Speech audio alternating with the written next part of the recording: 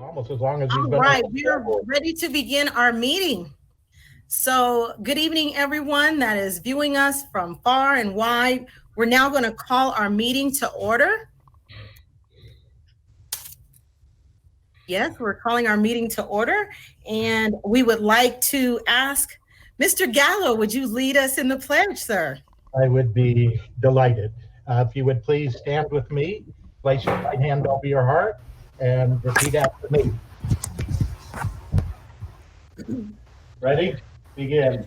I pledge allegiance to the flag of the United States of America and to the republic for which it stands, one nation, under God, indivisible, with liberty and justice for all. Thank you. Thank you, Mr. Gallo. We appreciate you and your flag. Yes, ma'am. We will now move to item number 1.3, approval of the agenda.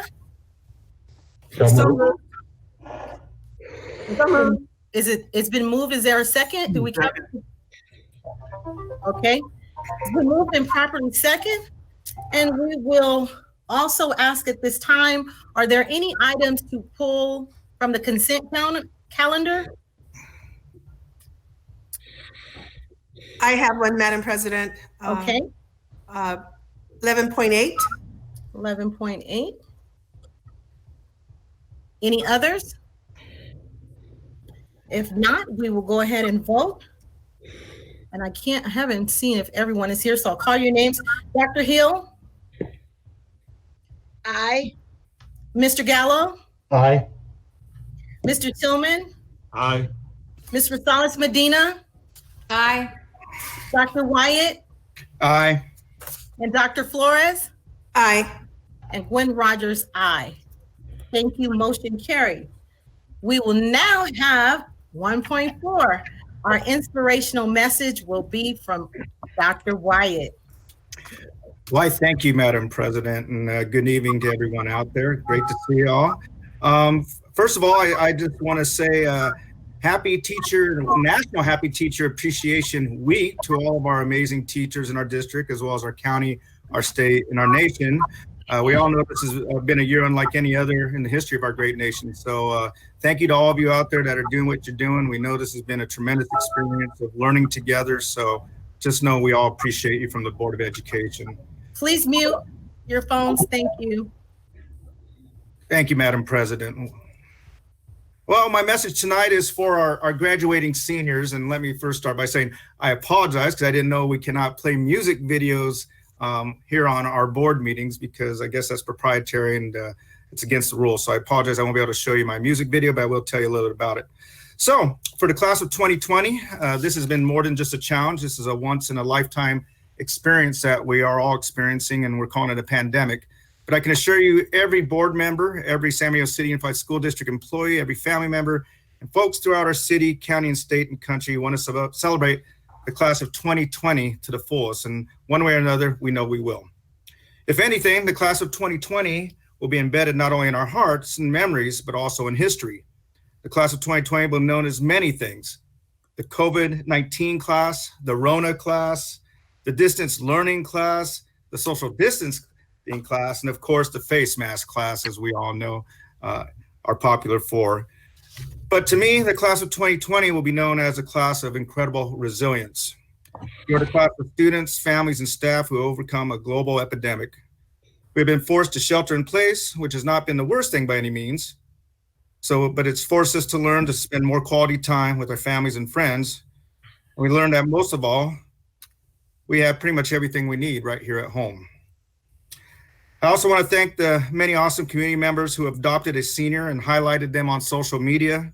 If you haven't had a chance to see it on Facebook, we've seen literally for ourselves dozens and dozens, if not hundreds of our seniors being posted daily on social media. I've read so many of their stories, and I can tell you right now that each of your stories motivates me more and more to continue our mission, which is making hope happen for every student in our district. For class of 2020, I want to say congratulations. We will be seeing you soon. As I said, one way or another, and we will celebrate the graduating class of 2020 to the fullest. Respectfully, your board vice president, Dr. Scott Wyatt. And the two videos I wanted to show, just so everybody knows out there, because I'll get in trouble if I even dare try to play them, is Friends Forever. Many of you probably know that video. It's a wonderful graduating video. And of course, When I See You Again. And gosh, I wish I could show those because it really had a nice touch to it. And but just know, folks, we love you, seniors. We're looking forward to your graduations, and congratulations to all of you. Thank you. Thank you, Dr. Wyatt. We appreciate that. And Dr. Volkermer, I believe we have some onboarding recognition acknowledgements. Yes. Let me get unmute. Sorry, I got to unmute myself. Okay. Thank you, President Rogers. We do have one onboarder with us. Board, as you know, part of our human capital systems is to have a robust onboarding program for all employees. And we have one of the activities that we have our new managers do is come to a board meeting. Normally, we would have them stand up, introduce themselves, and have you give them a shout out. But Laura Cardina, who is our new purchasing manager in the purchasing department, we're very glad she's on board, is somewhere out there in cyber world. I'm sure she's taking copious notes of everything that's happening at the board meeting. So we just want to say welcome to Laura and well in her new career as our purchasing manager. So thank you very much. Thank you and welcome to you. We can't see you, but we certainly appreciate you. We're now moving down to our special presentations, which is 2.1 and 2.2. So I'm going to ask Mr. Gallo if you can read 2.1, or I'm sorry, let me back that up. I meant if Dr. Flores, you can read 2.1, and then if Mr. Tillman can read 2.2. Okay, thank you. Resolution in recognition of Day of the Teacher, my honor as a teacher of teachers. Whereas the Board of Education of the San Bernardino City Unified School District is honored each year to join other school districts in California, dedicating and declaring a day to celebrate teachers. And whereas May 13th, 2020 is the Day of the Teacher of California, honoring the women and men who have chosen the education profession and for building exemplary careers in this field. And whereas additionally, May 8th, 2020 is the day to honor teachers in the San Bernardino City Unified School District. You are second to none in your chosen profession. Therefore, be it resolved that the Board of Education of the San Bernardino City Unified School District takes this opportunity to express our gratitude to our teachers for their service, dedication, and professional excellence. And it be further resolved that May 8th is a day to honor and express our appreciation to all members of our teaching staff. So moved. Thank you. It's been moved and properly second. We will vote. Dr. Hill? Mr. Gallo? Aye. Mr. Tillman? Get off the road. Ms. Rosales Medina? Aye. Please mute your phone. Dr. Wyatt?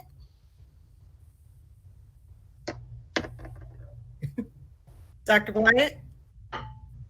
Dr. Flores? Aye. Sorry, my mic was off. Aye. Okay, all right. And Gwen Rogers, aye. Motion's been carried. Thank you. And Mr. Tillman, are you ready for 2.2? I am ready, Madam President. And I just want to start before I read the resolution to thank all the classified employees. I know a few weeks ago, the grass had grown very, very high at a lot of our sites. So you can just see the difference day and night. And it really illustrates the work that they do. All the facilities look so much better since they've gotten back to work. And also I know I've heard some heroic stories about our classified staff serving meals to families. And I also want to thank, I know the PAL Center's partnered with us also, they're serving meals. And I've heard just some touching stories about how appreciative the families are to have access to those meals. And how, and I want to thank the staff for being able to take the risk to be there to work, but also being good at being able to accept the emotion that's involved in serving the meals. I think a lot of times we take for granted the work that our classified employees do, both physical and emotional. So I just want to thank them all for that. And with that, I'll read the resolution. Resolution 2.2, resolution in recognition of Classified Employee Appreciation Week. Whereas in order for the San Bernardino City Unified School District to run efficiently and effectively, it must depend daily on the dedication and capabilities of employees in the classified service. And whereas more than 2,500 classified employees who work in various capacities ranging from instructional aides, computer technicians, and delivery drivers to library clerks and custodians perform their duties with pride and skill. And whereas the San Bernardino City Unified School District joins California in setting aside May 17th through May 23rd, 2020 as a time to honor all classified employees and recognize their long and excellent service. Therefore, be it resolved that the Board of Education for the San Bernardino City Unified School District recognizes May 17th through May 23rd, 2020 to spotlight the accomplishments of our classified employees. So moved.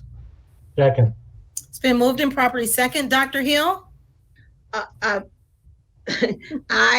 Ms. Rosales Medina? Aye. Aye. Mr. Tillman? Aye. Mr. Gallo? Aye. Dr. Flores? Aye. And Dr. Wyatt? Aye, and thank you as well. And Gwen Rogers, aye. Thank you. Motion carried. As we prepare for our closed session, Dr. Volkemer, are there any comments? Karen, are there any comments related to closed session? I didn't receive any comments for that. All right. All right, again, to our viewing audience, we're now going to go into closed session. We will be back as quickly as possible, so please be patient. And again, please visit our website for more updated information as to your students and families. Thank you. Okay, looks like we're all coming back. I think most of us are back. Again, hello, viewing audience. We have returned from closed session. And we're going to move forward our agenda. And we're at 4.1, certificated non-reelects. Be it resolved that the Board of Education has determined on an individual basis that the following certificated employee be given notice prior that their employment with the district should not be renewed from the 2020-2021 school year pursuant to Education Code 44929.21, and that the interim superintendent or his designee is hereby authorized to give written notice of this action pursuant to Education Code 44929.21, HR Certificated 19-20-05. So moved. Second. It's been moved and properly second. All right, let's vote. And roll call, Dr. Hill, Aye. Mr. Gallo, Aye. Mr. Tillman, Aye. Ms. Rosales Medina, Aye. Dr. Wyatt, Aye. Dr. Flores, Aye. Gwen Rogers, aye. Motion carried. Thank you. I believe we are omitting 4.2, if that's correct. And so we have item number 4.3, and we are moving to Someone have a dog? item 4.3. Be it resolved that the Board of Education has determined that the following certificated employee be given notice that he and she shall be released from assignment as an elementary school vice principal effective at the end of the 2019-2020 school year and reassigned to an assignment consistent with his or her credential authorizations effective at the beginning of the 2020-2021 school year, and that the interim superintendent or his designee is hereby authorized to give written notice of this action pursuant to Education Code 44951, HR Certificated 19-20-12. So moved. I'll second. Second. All right, it's been moved and properly second. Dr. Flores, Oops. Abstain. Okay, Dr. Wyatt, Aye. Ms. Rosales Medina, Abstain. Mr. Tillman, Aye. Mr. Gallo, Aye. Dr. Hill, Aye. Ms. Rogers, aye. Motion carried. And Karen, I'm sure you're capturing those abstentions. Okay, 5.1, school board member report and comments. Are our school board members or student school board members online? I'm looking for numbers and I'm not sure if you are. Please let us know. Who is- Hi, Kayla Duhart. I'm here. Okay, hello. Who else? Is there another school board member here? Okay, Kim. Yes, Eric's here. Sorry. Great. Hey, Okay. Hey there. Okay, so Kayla, we'll start with you. Yes. Okay. So for today, I was asked there was a petition started for 2020 petition. They personally asked me, they told me to comment on, give you the stats or comment on what they've been doing. So they started a petition, which they did do a survey, which they published on their Instagram. Basically asking 2020 students, their seniors, what they would like to do in regards against the virtual graduation. I was told earlier today by Ms. Cunningham that the virtual graduation would not take place of an actual real graduation, and this was just some sort of celebration to take place since we're not able to do a real one right now. I don't think that was really said to the seniors. I don't know if they had that understanding, because I didn't personally. I thought the virtual graduation would be the replacement. But I know now, of course, that this is just a substitute for now, for a safer way to have graduation or some sort of celebration for our seniors, since we're not really able to have a graduation on our original graduation date.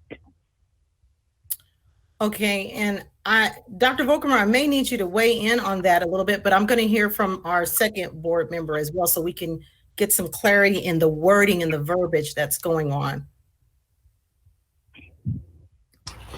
Yes, I heard about the survey that Kayla is talking about. And yes, the students are requesting that a traditional graduation be held in the future once mass gatherings are safe to be done. I do feel that the district and the Gear Up program have done a great job recognizing and celebrating the seniors thus far. And it is unfortunate, our circumstances, but we will have to deal with what we have and see what happens in the future. Thank you. All right, thank you. And I know the district did meet with you all and you gave input, and there's surveys that definitely are out there. Dr. Volkemer, can you weigh in a little bit on the clarity? I certainly can, Madam President.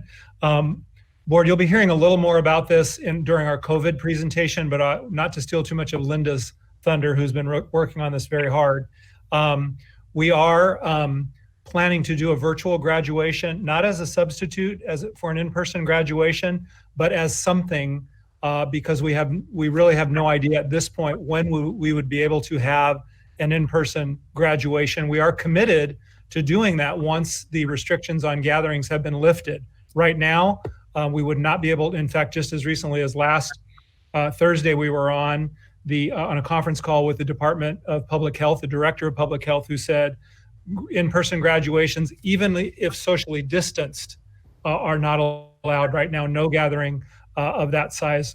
So when that's lifted, we'd be thrilled, actually, to have an in-person graduation for our students. So we are crafting a letter to go to the families of all seniors. We wanted to wait until after the board weighed in tonight and had their chance to give us guidance and direction. But that letter should go out. We've got to prep for it by the end of this week in terms of here's what we're going to be able to do for our seniors this year. We certainly want to do everything we can given this very unique challenge. Great. Thank you, Dr. Volkemer. And to the student board members, we do plan on having a pretty robust conversation down the agenda. So hopefully you'll be able to bear with us. Is there anything else you want to comment on? I don't believe there's going to be a preferential vote on anything, but you have weighed in the graduation, and we appreciate that. I have Good. nothing No, further. that was all. Oh, Sorry, Eric. it's fine. It's fine. You guys are okay. Thank you. We Yeah, so- appreciate you again. We appreciate that. All right. Y'all have a great evening. Bye-bye now. You too. Item 6.1, I believe Ms. Karen Cunningham will be reading our public comments and should be queued up and ready to go. You can give me a signal if you are ready to go. I'm ready to go. Okay, we're ready to hear them. Okay, we have 37 public comments, 27 of them regarding the graduation. I'm going to start with the other ones first. Okay, the first one is from Magdalena Campos. She's a parent and would like to know when can she register her daughter for kinder for next year. The schools are closed and she cannot find information. The next one is from Magali Gallegos, a parent. And she says, I worry what the district's decision will be regarding the back to classroom date. I feel it is still not safe for the children's health to return to school campus. There are no vaccines nor cure for COVID-19. Unfortunately, the number of deaths and people infected with COVID-19 increases every day. The children are still not safe away from home. The children are young. They still have their whole lives ahead of them. Even if they miss the whole school year, they can always start over and catch up. I cannot say the same if the children's health is at risk. How are they going to have a life ahead of them and return to normalcy if their health is affected? Believe me, I want the best education possible for my children, that they learn as much as possible and be successful. I have a lot of faith and respect for education. I know that education is the only way to make this world a better place, but now the most important thing is that the children stay healthy, at least until there is a vaccine, so our children can be protected from COVID-19. I'm committed to help my children as much as I can with their education at home. I am willing to spend all the time that is needed and to learn new things to help my children with their schoolwork. Thank you. And the next one is from Antonio Zaragoza, a parent, and she would like to know, how does she register her child for preschool? Next, we have one from Kathleen Brennan. She is a San Bernardino community member. First, I wanted to thank each one of you for your time and for your sacrifice and service to this county. The school district's rising rates and graduations is truly reflective of the amazing work and leadership of this school board. I also want to thank you for understanding the importance of educating the students on the role that the labor movement has played in shaping California and the United States. Assembly Bill number 2269 was passed because our government leaders also realized the importance of ensuring that the future generations did not lack this critical information. Teamsters Local 1932's mission has always been about transforming the Inland Empire, and we do that in many ways, but one of the most important ways is by investing in the kids now so that they understand the importance of coming together in solidarity to make the changes necessary to help the working class and to ensure that these kids someday won't have to suffer from poverty wages and unsafe working conditions. Teamsters Local 1932's executive board has also adopted a policy that each month our local will donate $1,000 to a local school. This month's school that was selected is Cajon High School. We are committed to continuing our support and to work with this school board to help improve the lives of children and their families of this great county. Again, thank you for all the great work that you do. Next one is from Christian Vargas, another community member. I want to make you aware of how much of an awesome community we have. I was in SBCUSD all my educational life, and I've never seen anything like what Tina Lopez and Treasure Ortiz, along with this great community, put together, Adopt a Senior. It has been a great turnout and a blessing to our city. This goes to show how much we can rally together in times of need. We have principals, teachers, parents, community members, people who grew up here, all rallied together wanting to motivate our graduating class. You guys should award and recognize Tina and Treasure. They put all they have to pull this off. Thank you. All right.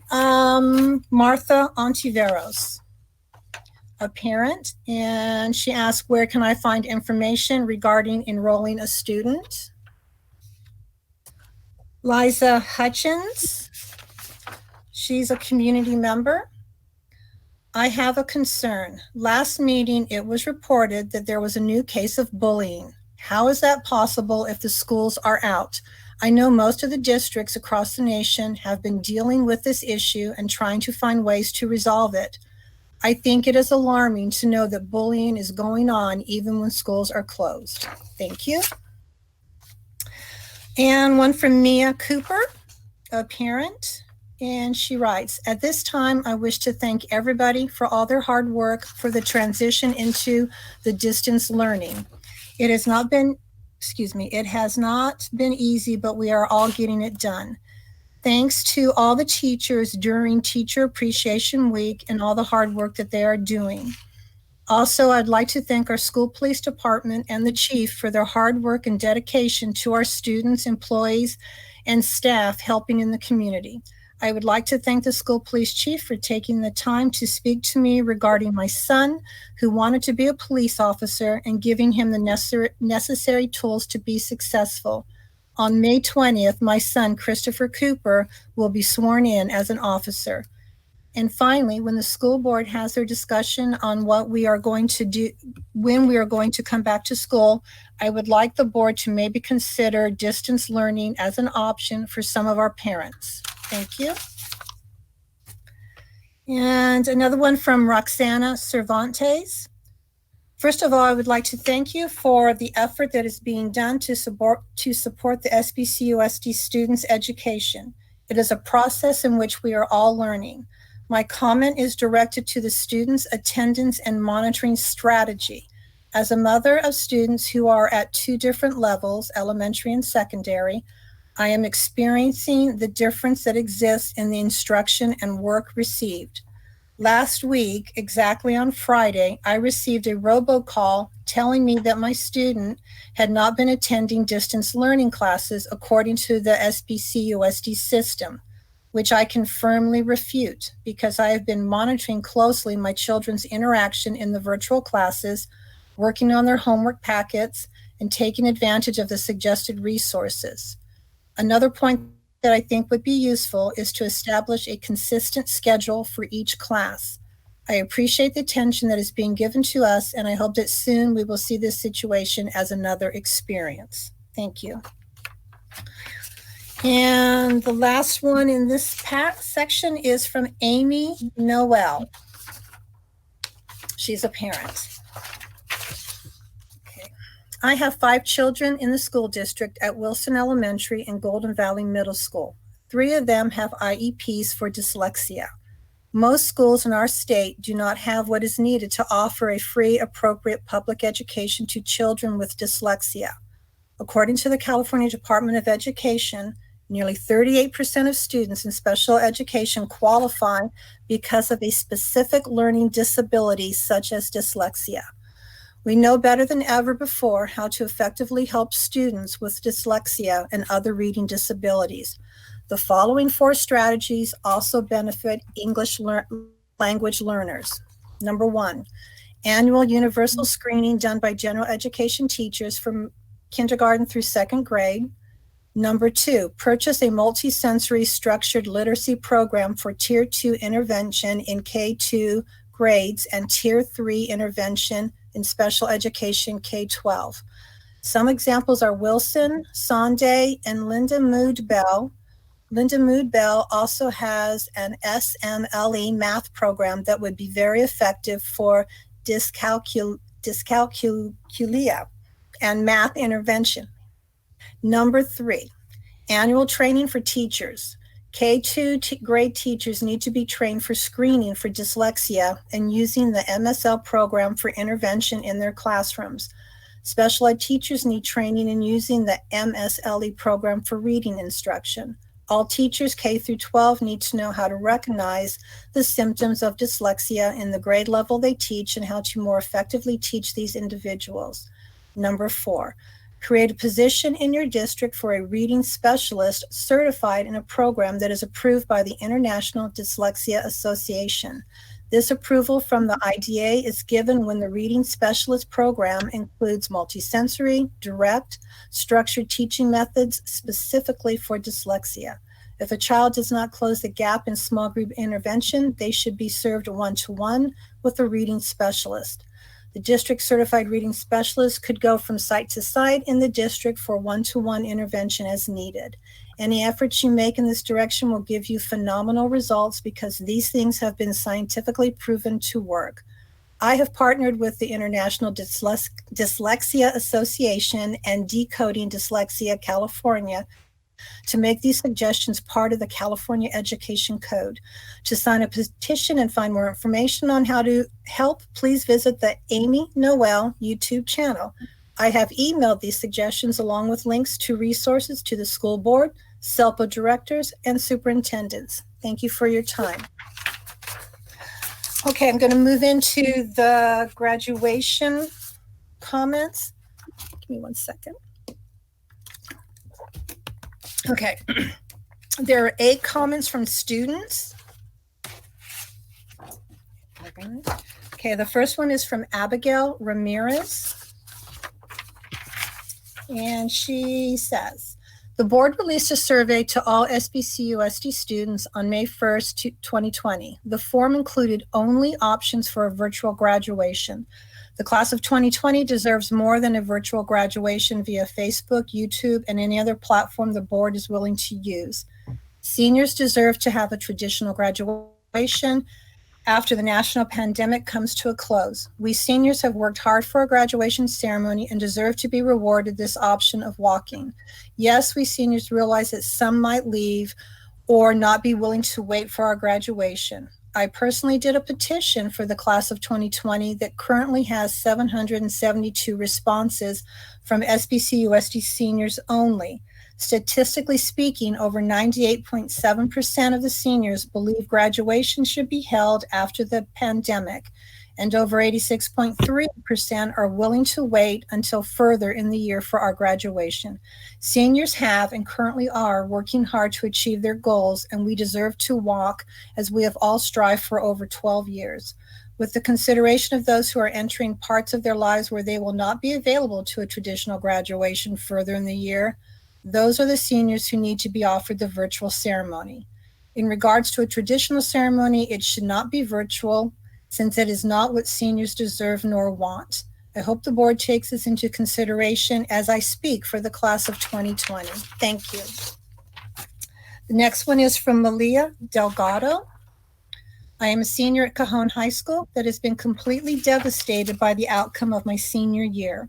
Although nobody could control what has happened, the fact remains that we have missed out on so many special moments with our friends that we will never be able to regain. I have heard that the district is considering a virtual graduation. I just had to comment that this is almost as bad as not having one at all. I would like to speak for my fellow 2020 graduates and say that this is not something we or our families are interested in. I think that delaying graduation, no matter what we do, will be difficult as many students are going away to college or into the military, which will make it even harder for them to return. But not everyone will be happy with the outcome of the district's choices. Please allow the class of 2020 the memory of a traditional graduation. Thank you. Trinity Waitcheese, I'm not sure if I pronounced that correctly. The class of 2020 agrees that we would much rather wait to have our actual graduation than be forced to have it virtually. We have waited 12 years for this moment. We can wait 6+ months more to receive the milestone we deserve. Thank you. Alexandra Zamora. I don't think it's fair that we get a virtual graduation when almost all the seniors are willing to wait until a later date when it's possible and to have a real graduation, now that our whole senior experience was taken from us. Richard Galvan. Class of 2020 deserves a traditional graduation ceremony. Natalie Rojas.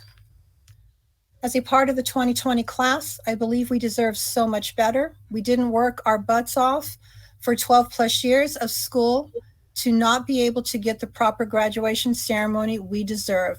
It's unfair, and we are not asking for a graduation right now. We understand the seriousness of times at the moment. However, we are simply asking for you to postpone our graduation until a right time to be able to walk across that stage like the classes before us. Samantha Cortez. Can I interject? Sure. If it was a regular meeting, I think we would have said that we're going to have a graduation for all classes guaranteed as soon as we're allowed to reconvene. And then after I would have said that, everybody would have said, okay, I don't have to speak. So if all these are saying the same thing, that they want a traditional graduation, I think it's easy for us to say, we all agree, right, board, that we're going to give all seniors a traditional graduation. Mr. Tillman, we're going to discuss some of that later on. And so I know they really wanted to weigh in, and I think we're in the time frame that they would have discussed it, and we're hearing it out, but we're going to talk about it down the road, because as you can see, even with our board members, there was some confusion, or student board members, there's some confusion. So proceed, will you, Karen, because we do want to hear what they have to say. Okay. I have two more from the students, and then I have parents. All right, Samantha Cortez. Please mute. I think it is unfair and disgraceful to allow a virtual graduation for the SBC USD seniors. After all the hard work and sacrifices we seniors have put in, it is an injustice to allow all the hard work and effort go unnoticed and pushed under the rug. There is not enough effort coming from the district. A virtual graduation is a slap in the face to the seniors who have put all their effort and have built mental health issues just to get through all 13 years of school. We are willing to wait as long as it takes for it to be safe to have a person-to-person graduation. Please take this into consideration and think of all the seniors who will be scarred if they do not have these traditional memories. And the last student comment is from Freddie Garcia. I don't think we should have a virtual graduation for many reasons. We have worked too hard to get to where we are at now. We want to walk a stage to show our family members that we did it, and it may be the last time we see many of our friends and acquaintances. Okay, now I'm going to go into parent letters regarding graduations. There are 18. Okay, first one is Monique Powell. Okay. She is a lifelong San Bernardino resident and mother to a senior at Cajon High School by the name of Ernest Powell IV. I'd like to address the concern felt by many parents of our 2020 graduating class. Honestly, the possibility of my son and many of his fellow grads hasn't hit me until this past weekend. I had a feeling of helplessness, and that was when I decided to have a voice for all, including my son. I'm asking the board to take this moment in time and deeply consider continuing with our graduation, but if need be, postponing rather than canceling, and no to a virtual replacement. Rescheduling the graduation for a later date lets our children know that we stand with them and not against them. I know a decision of this magnitude may weigh heavy on your hearts, but please consider being in their shoes and truly try to understand just how important this is for them. This moment may be the first for many families to celebrate such achievements. Some will continue their education and possibly have another opportunity to celebrate such accomplishments, but many will join the workforce, which means this is their only opportunity. Allowing these students the opportunity to walk proudly across that stage will also be one of your greatest achievements. We all may have a difference of opinion, and that is okay, but we're talking about a ceremony that is still a month away. So let's continue as planned and say no to a virtual ceremony. Let's also consider a bigger venue, which will allow social distancing guidelines if still required at that time. If parents have to pay a little more for tickets, I'm sure many will support that decision. If less tickets have to be given to each student, let's consider that as an option. Let's be mindful and push for sooner rather than later, as many students will be attending universities in the fall. Thank you for all that you do. Class of 2020, we stand with you. Carrie Cohen. These seniors deserve an actual graduation. I nor my senior support a virtual graduation. Irene Butler. My son, who deals with 2 health issues, worked really hard since the 7th grade, and with the help of his home and hospital teacher, he will be graduating on time this year. Being a home and hospital student, he was not able to participate in any high school activities. However, he got all clear from both his specialists to participate in graduation, saying this is an important accomplishment for any teenager. He was excited to be able to participate in this event, and even though he does not know his fellow graduates, he was excited to finally be among them to walk in graduation. He and I would rather you postpone or figure out a way for the students to walk in graduation instead of a virtual one.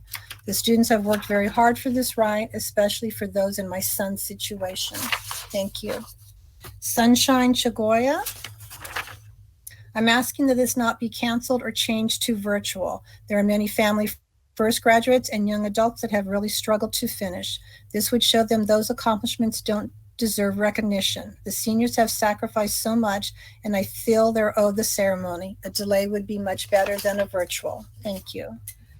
Rebecca Watson. I would like to know if the board would consider postponing graduation as well as senior events, if necessary, until November or December. I believe our kids deserve to enjoy one last trip with their class, as traditionally every senior class has had this chance. Thank you for your time and efforts. Thank you for making hope happen. Gina Rubio. She's requesting to postpone the class 2020 graduating class and absolutely no virtual. Kids work too hard to be belittled with a virtual after enduring the pandemic out of their control. Parents and loved ones that invested in these kids and their accomplishments are willing to wait for due process to see them walk. It was more than just a tradition, but a ceremonial coming of age, an actual transition for both graduates and loved ones to have a memory of childhood come to fruition into the next generation of working members of society. Tatiana Chavez. Please don't give our kids a virtual graduation. Please push back the graduation date. These kids work so hard for a day to celebrate them. Let them walk after quarantine, please. Jennifer Christensen. I would rather have the class of 2020 graduation be at a later date than be virtual. Please let these kids walk. They deserve it. Daniel Christensen. I want my daughter to have a traditional ceremony. If we have to wait till a later date, that is fine. She deserves a real graduation ceremony. So do all the 2020 graduates. Myra Reiner. I would want the district to really come up with a better idea than a virtual graduation. Let's use a bigger venue, if only for the students to sit 6 feet apart, wear their masks, and be able to walk on a stage with their fellow classmates as one. Family could watch online. My daughter went from almost giving up in sophomore year to enrolling in Options for Youth to deciding to finish because she wanted to walk with her class. She pushed her way through to get the recognition she deserves. We just asked you to think outside the box. Like the Navy ceremony they showed online, all were 6 feet apart.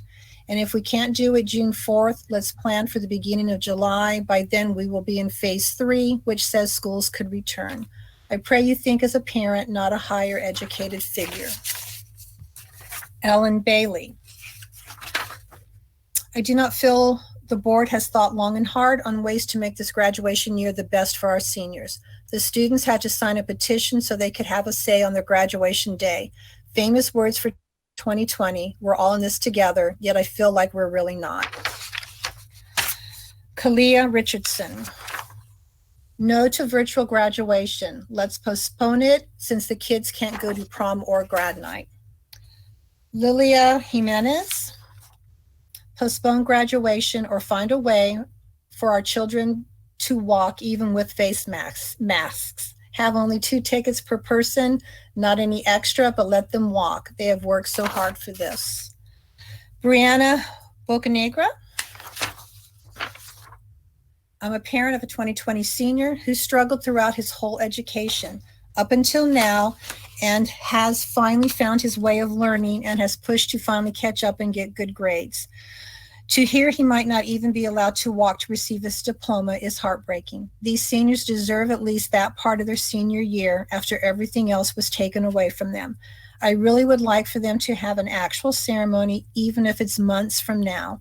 This class is no different from any other class, and it's not fair that they can't celebrate or experience that walk across the stage with all their loved ones who are extremely proud of them and who have worked so hard for this day. So please don't take this from them by giving them a virtual ceremony, because it definitely will not be the same. Jania Mack. It's unfair to not have a real graduation because you can go to the grocery store and still see people without masks or gloves. You should let the students wear masks and gloves and let them walk the stage. Estella Rodriguez. Please postpone graduation ceremony. No to a virtual ceremony. Brian Smith. Postpone and let the kids walk. Christine Harbour. Please postpone and not cancel graduation. These students deserve to get their graduation. They have been stripped of everything else. Please allow graduation. And then I have one last comment. It's from Sarah Possible Home. I'm not sure I'm saying that correctly. She is a San Bernardino City teacher. I am a special education teacher at San Bernardino High School. I have had the same class of students for the last 3 years, and this year they are seniors.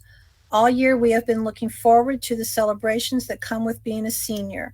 I understand there is nothing we can do about the senior trips and activities that they are missing out on due to the pandemic.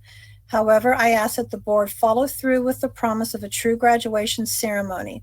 In the letter mailed out towards the beginning of this school closure, the senior class was told they would still get a traditional graduation ceremony just at a later date.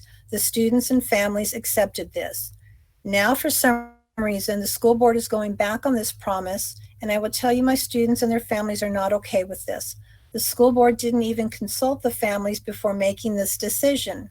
So whether it was done because that is what other districts are doing, or because it will cost less money, or because you are unsure when the graduation would be held, it is not okay. We always strive to be better than other districts. This was seen when the board agreed not to lower the graduation credit requirement like other neighboring districts. As for money, our students have worked for this. Maybe we can look to community members who are stepping up in so many ways to celebrate our students to help with some of the cost. As for an unknown date, Governor Newsom is moving forward with starting to reopen some businesses in California this weekend. That is a good sign that California is moving in the right direction.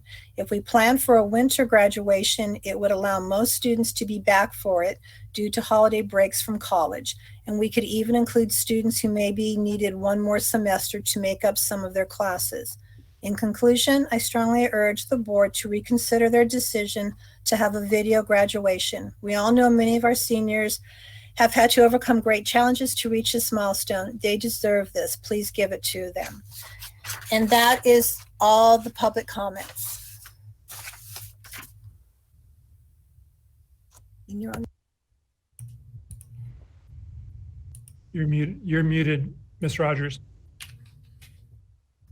Sorry again. Thank you to the public again for your comments. We appreciate your input. It looks like Mr. Gallo, you have a comment? Yes, I do. I just heard a couple of comments about the board having gone back on their decision. I mean, we have not made any decision other than to hold the graduation as we promised weeks ago in a letter when the COVID epidemic became a reality to many of us. So just for everybody's edification, we have not gone back on that. This proposed virtual thing was in addition to, and just to celebrate during the time frame where we would normally celebrate a student's achievements and stuff. So it is by no means a replacement, and I'm sure we're going to have that discussion as we go through this agenda. Thank you, Mr. Gallo. Mr. Tillman?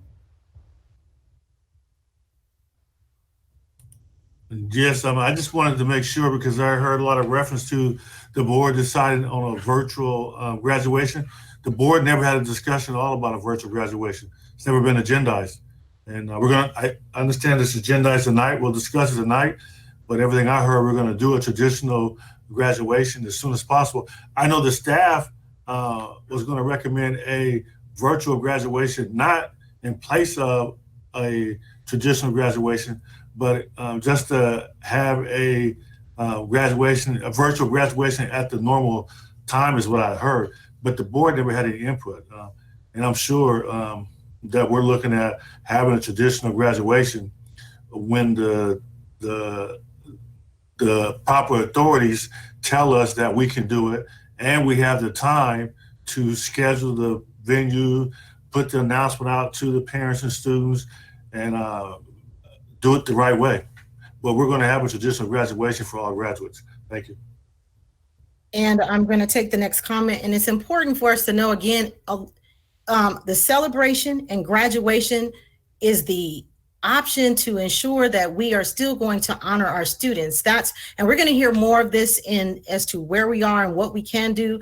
But it's very important for us to communicate that we're under a governor's, ruling right now, and that we can't do that. And we don't know what the next steps may be, nor when, as we come together and do that. And even as we talk the further out, there's other speculations about COVID. So safety is the main thing. And then again, we want to talk about celebrating our students without saying we're just going to let them go off into the sun and then call them back. Who was let me see,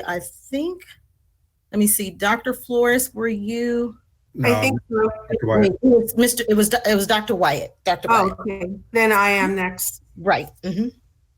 No, thank you, Madam President. And I was just going to echo both what Mr. Gallo and Mr. Tillman said, that there was a lot of reference to the school board about a decision we made when we actually did not make such a decision yet. And, we're actually excited, just like everybody else, to celebrate our students and to have a physical graduation, as well as many of the other senior activities that come along with graduation. And I know we have a committee that is put together by our district, and we're looking forward to their presentation and hearing some of their recommendations. And I do appreciate one of the parents referencing the Navy graduation. I was going to talk about the Air Force Academy graduation that I observed and watched online, and they did an amazing job of social distancing, didn't even have to wear masks, and the way that it was put on was a class act. So we know we can do it, but like you said, Madam President, right now, safety is first. And, we're under the direction of the governor and also public health. So state of California, exactly. Exactly. So, we have to wait, and, we're still excited. And if we have to wait it out to have that graduation, then that's what we're going to do. But, like I said earlier, we want our seniors and our folks that are graduating to know we look forward to honoring them. It's a huge celebration for all of us. And I know the board members and cabinet and everybody that gets to attend those graduations, it's the culmination and highlight of our year for all of us. So again, thank you for those comments from everybody out there, and we want to make sure we're going to honor you. Dr. Flores? Yes, I wanted to first thank all the students for their comments and their recommendation, and also the parents. And just to let you know, we hear you. We hear your concern. We hear your desires. And I think that when appropriate, we should have a graduation for our kids and our families. And again, though, we have to follow, our governor's safety and health guidelines. And I think we're on number 2 of his four step plan. And so hopefully, sometime in the summer, we'll be able to, have the graduation so that everybody can participate in celebrating their senior year. And it is a tradition. And like all of my other board members said, the board has not decided in terms of that. I think it's an item for discussion, but we thank you all for your comments. I also wanted to tell the parents who had questioned or wanting to know about enrollment.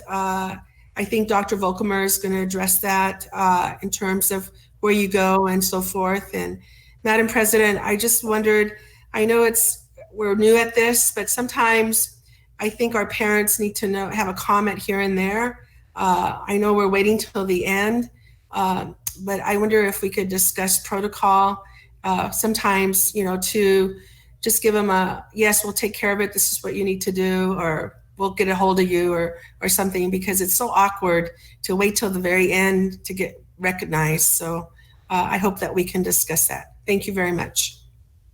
I think I might have understood you, but I did have those notes there, and I know that they still have their information as well. So Dr. Volkemer takes that information and follows up within the board meeting time is specifically. Right, but I don't think the parents know that. I don't think the parents know that. So, I mean, you can again inform the audience right now, because we're live, to let you know that when your comments are coming in, just as though we were at a board meeting, that the district will follow up with you immediately after, following the next day, to reach out to you and make sure that you have that information covered. Because of course we want to make sure that you know how to enroll, but we are still reaching out. We still have people working. Your comments will not be put, on a shelf. They will be answered. So we appreciate that. And that's one of the reasons why we wanted to hear the comments again tonight. It is awkward situation, but this is where we are, and we still want to have input. But it's very important, again, to know that I know a lot of things are going on and we see, but we are under, California's laws, and being safe is what we have to, err on the side of caution. And then we'll know what we can do down the road. Somewhat with Dr. Volkemer, okay, Mr. Tillman, I think you chimed in also. I did. Only from the perspective that the very first question was about enrollment. Mm-hmm. And I've called district numbers, and it does go to recording. So I think it would help if Dr. Volkemer has a phone number that parents can call and say what number it is you call to enroll a student. I don't know what that number is. I've called 3 numbers a day, and they all went to voicemail.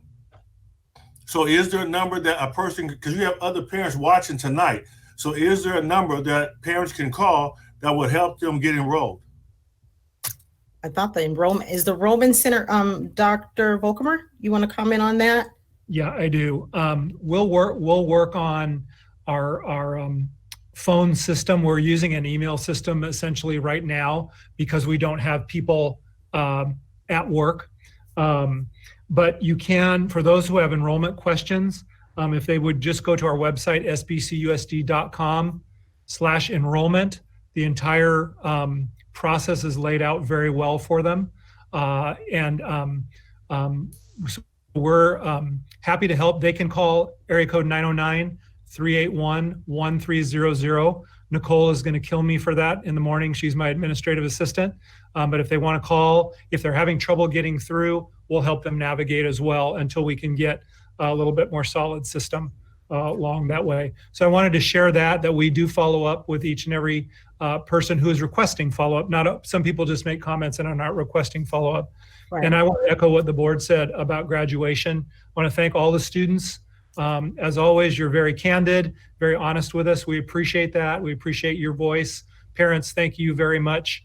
And like I said a little earlier in the meeting, our board is very clear on their guidance and direction. I'll be sending out a letter that reflects that in terms of the virtual graduation being not a replacement, but in addition to, and that as soon as we can do it safely, and that is the key term here, we want to make sure our community is safe, our parents and our students are all safe. As soon as we can do it safely, we'll love the opportunity to hold an in-person graduation. So thank you. Dr. Volkemer, thank you. Does that mean that, just so I'm clear, so the staff right now are still not working? So only essential people are being called into work. But the other staff that are working at home, that no one has a phone number forwarded to them where they're taking calls? Yeah, that is happening in places in the district, and we'll work on this one specifically. But not all places, because I know for the regular 381-1245, I call that one, and are those numbers forwarded? I don't know what that number is specifically, Mr. Tillman. Do you know what it is? The 245? board, it used to be the board secretary number. This is Karen. May I comment on that, sir? Yes. I do have a voicemail on there. If people leave a message, I can call in and pick up that message, and I do that daily. Right. I would just suggest I think I thought we said, because I had recommended Vonage, but I thought we said that you guys were using Google Phones, Google Voice to forward phone numbers to. But I think I can understand a staff not wanting to use their personal number, but if it's possible to give them an additional phone number they can use on their phone, it works out good. We use Vonage at the county. We put out 2,000 numbers.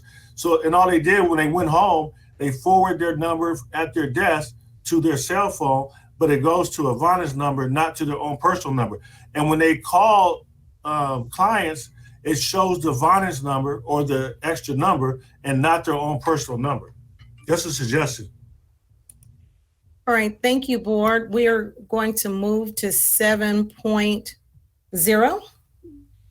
And our first is San Bernardino Teachers Association.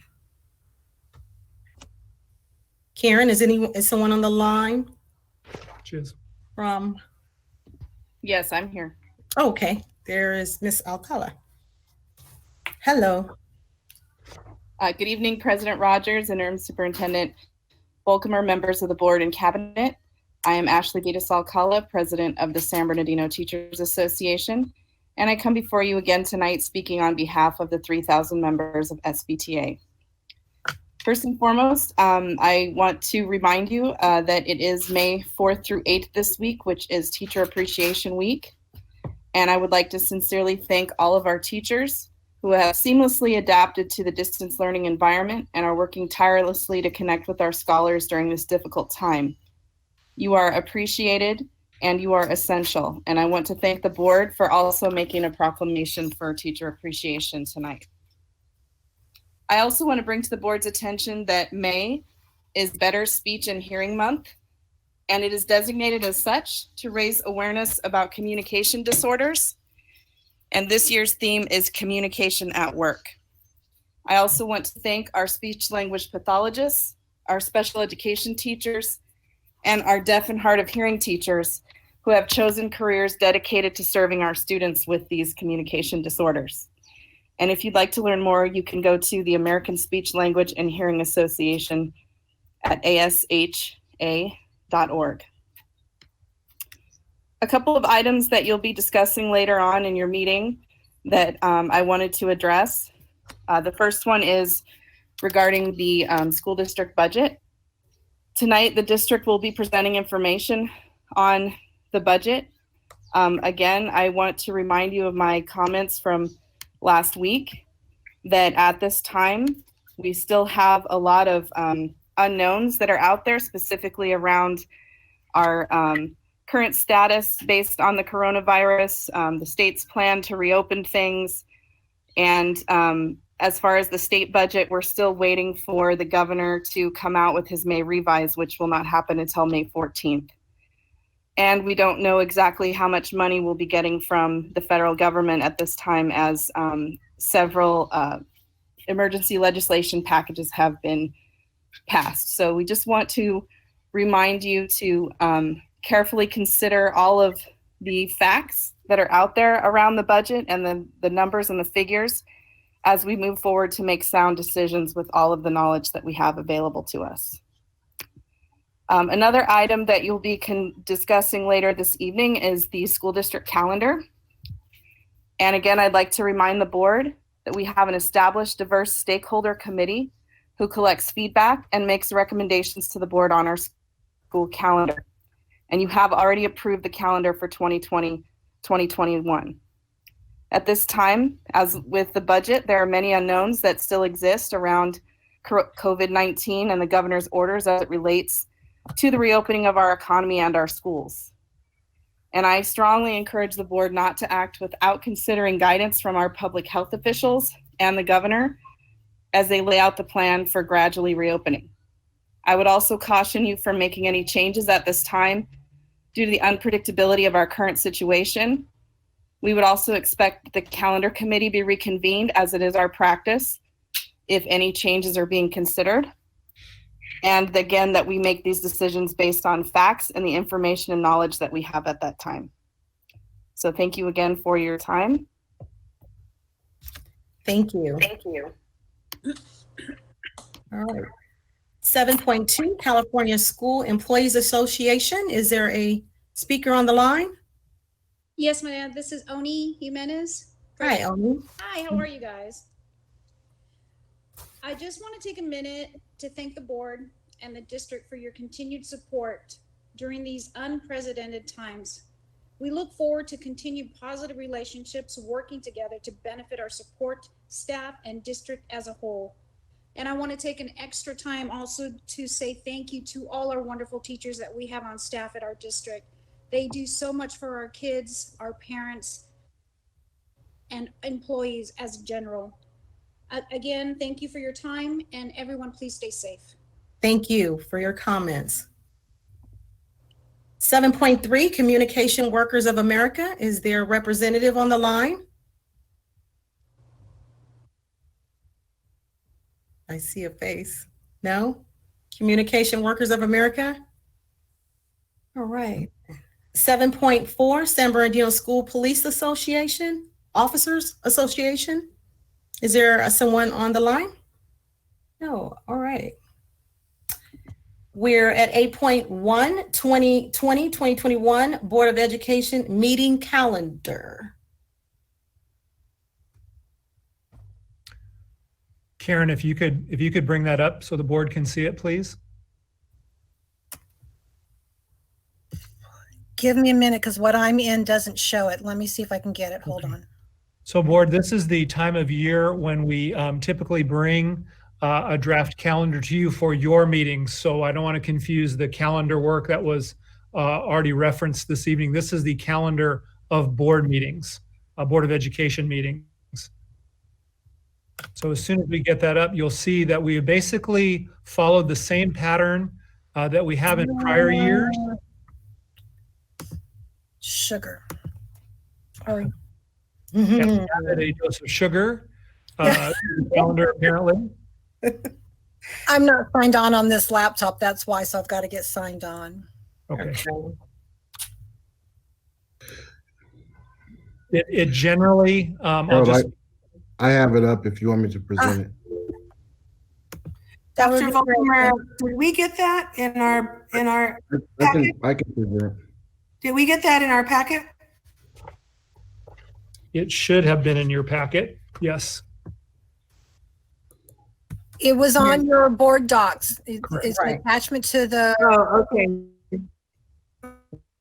Okay, I see it. Sure. Okay. So, Can you make, thank you very much. You read my mind, making that a little bigger. So board, we have typically had one meeting in July because of summer recess, 2 in August, September, and October. What we have here, what we're showing in November is one board meeting because of the election night. Now we've had board meetings on election nights before, but we know that's an important night to you. So we're proposing that we would just do one in November, and then around the holidays, one in December and January. The rest of the calendar is virtually the same other than dates changing as you've had in prior years.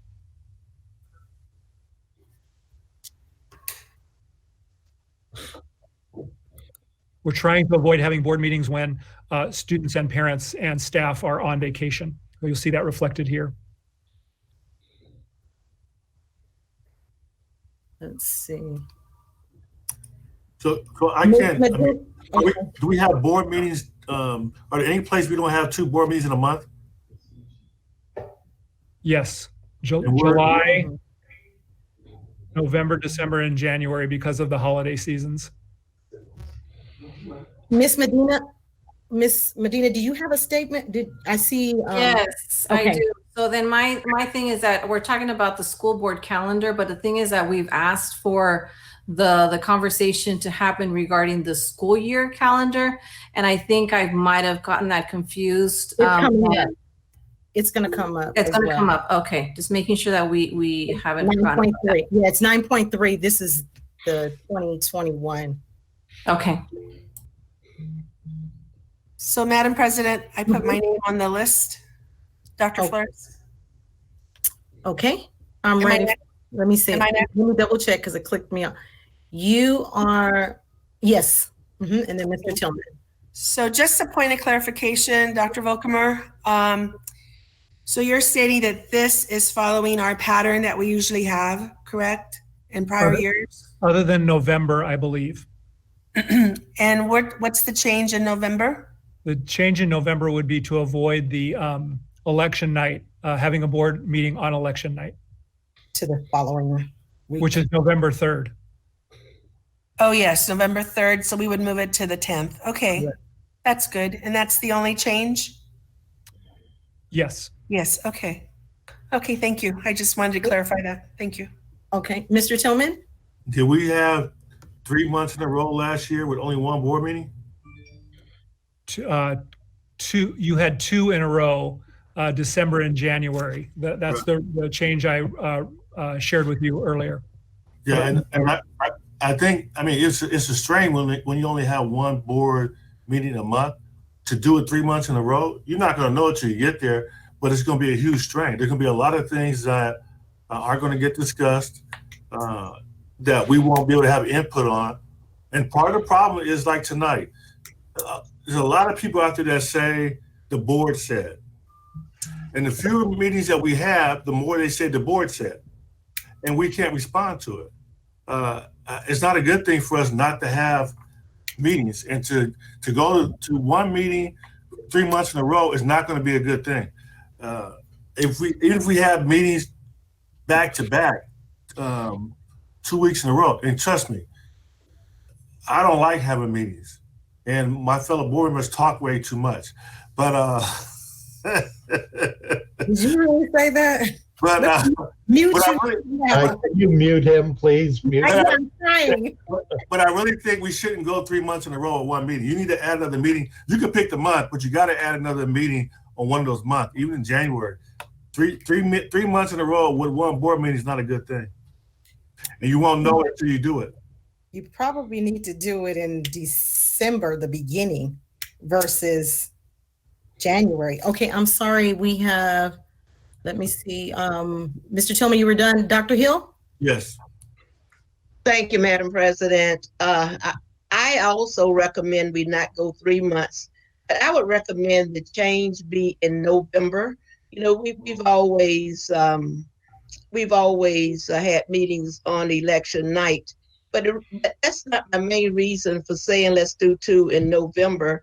If our parents and students have spoken about a later graduation, and at some point we need to be in communication with everyone. But if we also take a look at what the scientists and the doctors are saying about another hit with this virus, we might need to make some urgent decisions then. But I would hope we would consider leaving November 1st and 3rd Tuesdays, just so we'll be prepared to deal with either a late graduation ceremony, as well as the virus attack that we hope won't happen, but according to scientists, it will. So that's my comment. Okay, and then Dr. Flores, and then we will need to entertain a motion. Okay. Mm-hmm. I concur with Danny that we shouldn't have 3 months in a row, and Dr. Hill as well, with only one board meeting per month. And I was thinking, because of the holidays, that perhaps in January that we have it on the 12th and on the 19th. I know it's a lot of work for staff, or even the 12th and the 26th. Maybe no. We've had them back to back other years, so I think I would recommend 12 and 19 so that we can get things done. and it wouldn't be so big. The agenda won't be so big. And Dr. Hill, I agree with you also. The third, we've always had board meetings on the third, on election night, maybe the 3rd and the 17th, so that we can get our business done. Because otherwise it's just going to be too much. That's my recommendation. So am I hearing some sort of motion? Okay, Ms. Rosales Medina, I see you. Yeah, no, I just wanted to concur with everybody, with Mr. Tillman as well as Dr. Flores. 3 months is too much. With the election night, I understand, but typically we've always been able to manage that with election night. Also to keep in mind, like many others might have mentioned, just having maybe move it a week after or before, so we can have maybe 2 board meetings in 2 weeks. So there's several options we can do with maneuvering that, but 3 months in a row, it is too much. Mm-hmm. So I'll make a motion that we, and I'll look for board. I'll go with Dr. Hill to the 3rd and the 17th, or the 10th or the 17th of November. Yeah, I'll second that. You want the 3rd and the 17th, Mike? Yep. All right. That's my motion, the 3rd and the 17th of November. Okay, so I have a motion and a second. Is there any discussion? And the only discussion I probably will say, let's please remember what we said about the election night, because it did get a little strange the last time on the night. But you want to do the 10th and the 17th? Well, because it just gets kind of strange on that night. I'll make my motion the 10th and the 17th. Yeah, to 10th, I was going to suggest that anyways. Okay. That would make it better. I'll re-second that. Okay, so we're 10th and the 17th. There's a motion and there's a second. And if there's any discussion, if not, go ahead and take the vote. Dr. Hill. Aye. Mr. Gallo. Yes, ma'am. Mr. Tillman. Aye. Ms. Rosales Medina. Aye. Dr. Wyatt. Aye. And Dr. Flores. Aye. Wynn Rogers, aye. Thank you. Motion carried. Okay. Great. We're now at 9.1, the COVID-19 board update. Great. Thank you, board. As the PowerPoint is coming up, we'll make that adjustment. Appreciate your feedback on your own calendar. As we move into our COVID presentation for this evening, I just want to say that our teams have been moving at the speed of sound to redesign many of the district systems in a very, very short amount of time.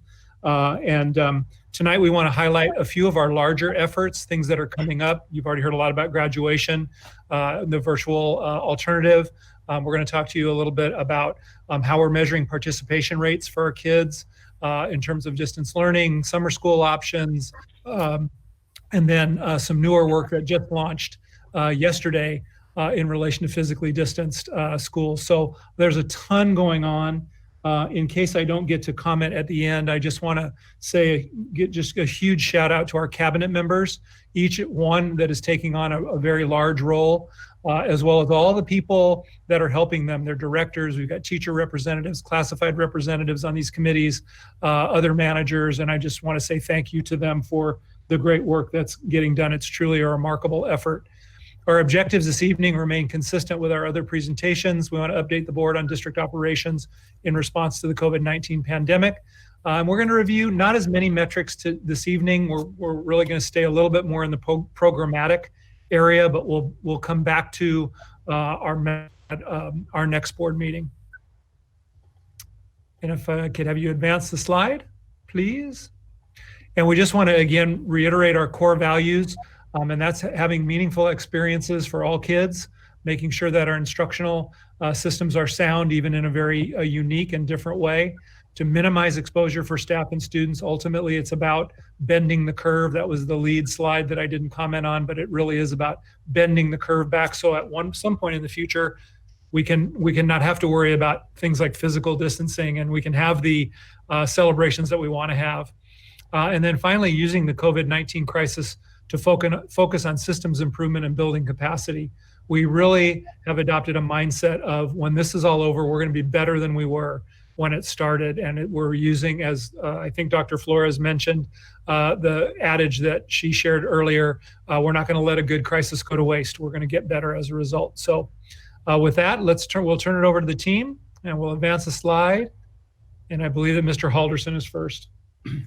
Yes, thank you, Dr. Volkemer. And to kind of piggyback on what Dr. Volkemer said, our re-engagement plan, we are not just looking about the short term right here, right now, but we're also looking really at long-term learning for our employees. So we went over these objectives last time. They have not shifted, but the investment, like number 3 says, is something that we really believe in, not only short term, but long term as we move not only through this crisis, but into the future.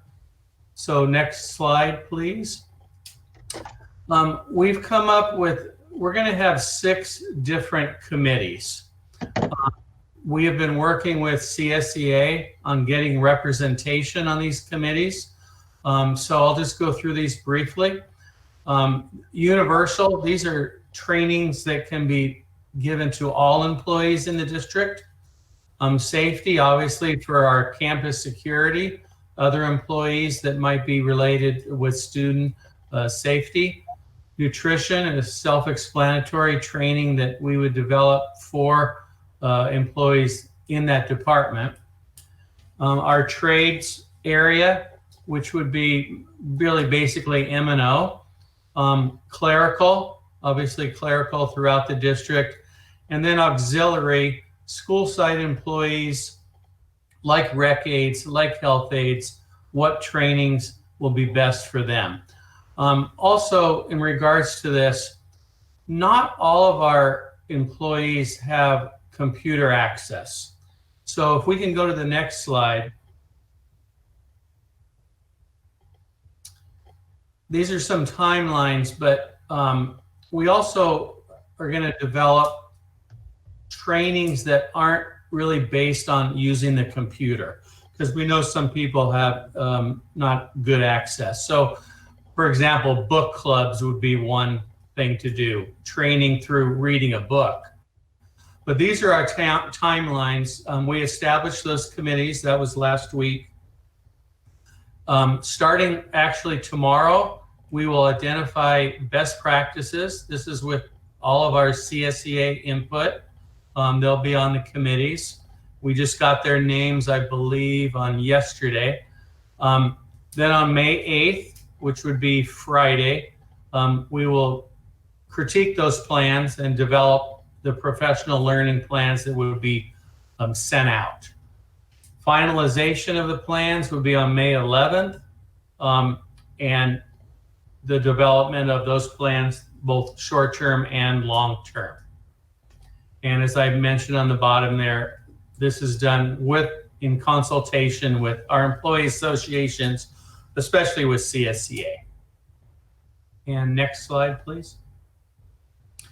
We brought these questions to you last time, but these are our guiding questions. And kind of like what Harold just mentioned, we want to get better, not just now, but into the future.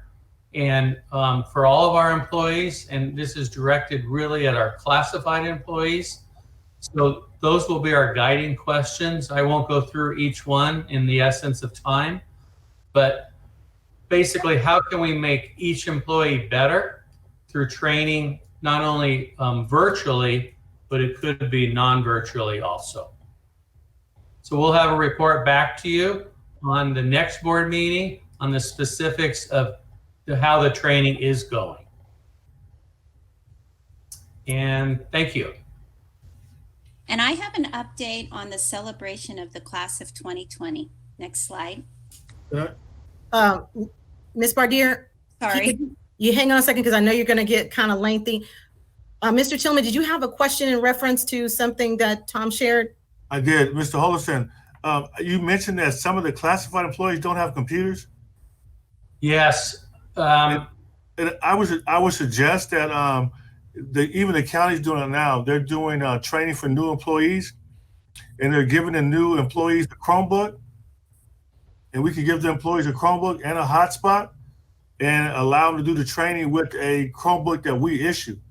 I think that'd be a whole lot better than, you said something about a book, but I mean, it's not hard to do now. I mean, a Chromebook could cost you $250, and you could give it to them. And if you had to do training, but you'd be able to do a whole lot more with that Chromebook than you would without it.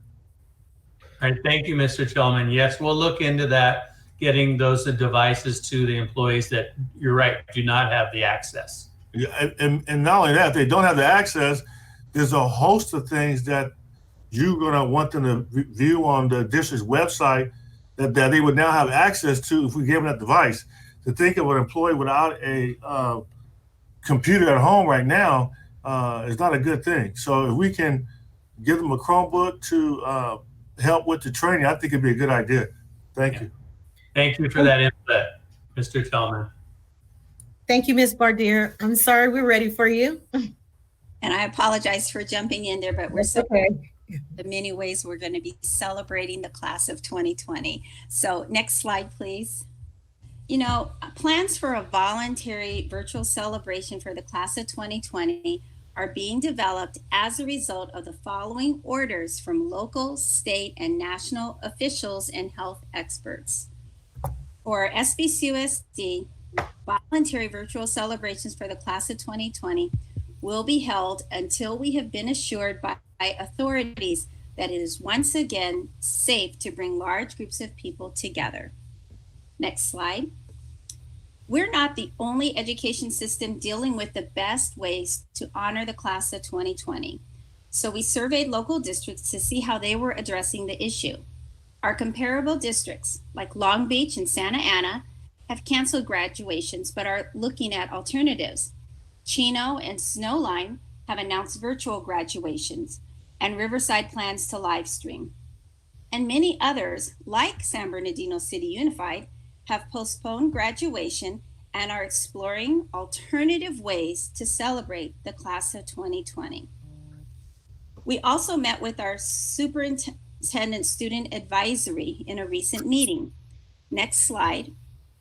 Although the students shared their disappointment, they requested an opportunity to give input.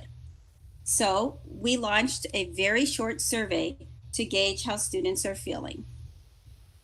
So the first question that we asked was what their preference was between having a virtual celebration or graduation that is viewed on YouTube or Facebook, and those are their results.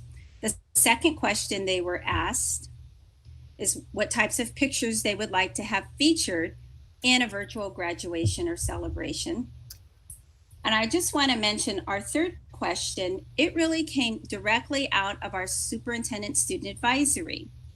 Eric Morales, our student school board member who comes from San Bernardino High School, tossed out the idea that we have a drive-through celebration. And I'm pleased to say that a majority of the students, we had over 600 students take the survey, a majority of them would actually embrace that idea and participate in a drive-through celebration. And the final question was an open-ended question that allowed the students to provide suggestions for how to make it meaningful. Most of the students responded, probably 90%, that they really did not want to do a virtual graduation. But of course, anything that the district is planning right now will strictly be voluntary. Next slide.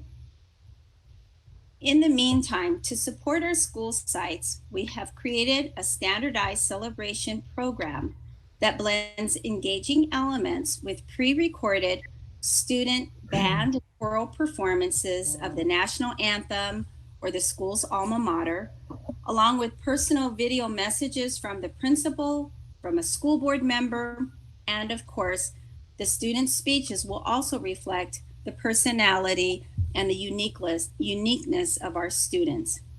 And as a note, any band and choral performances will be recorded ahead of time and be performed virtually in accordance with the stay-at-home orders that we are now under. Next slide.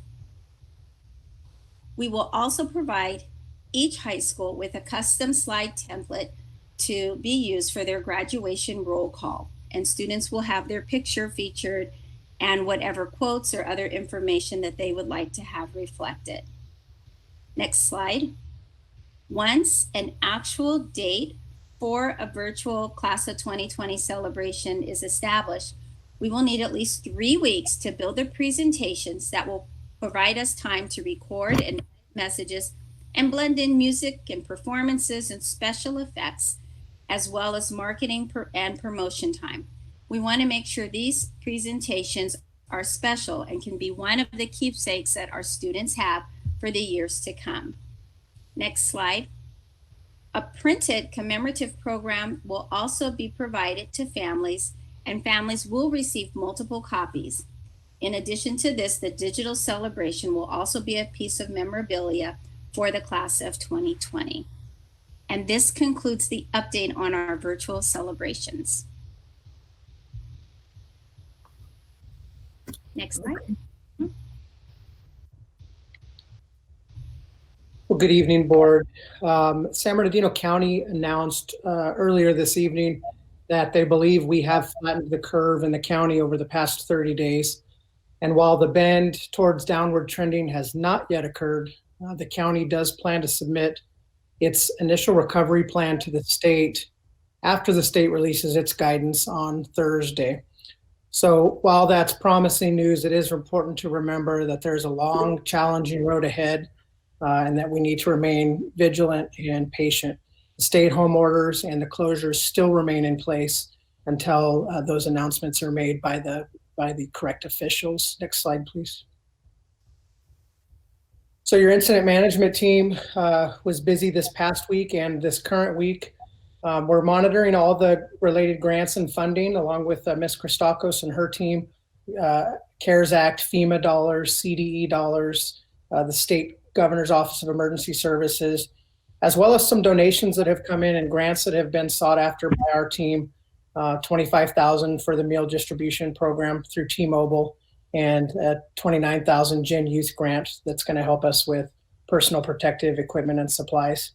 And you'll see our final device distribution metrics. This is based off of our large distributions. We're still doing one-offs each day out of our IT department, and you'll see there's just over 36,000 students that now have the devices.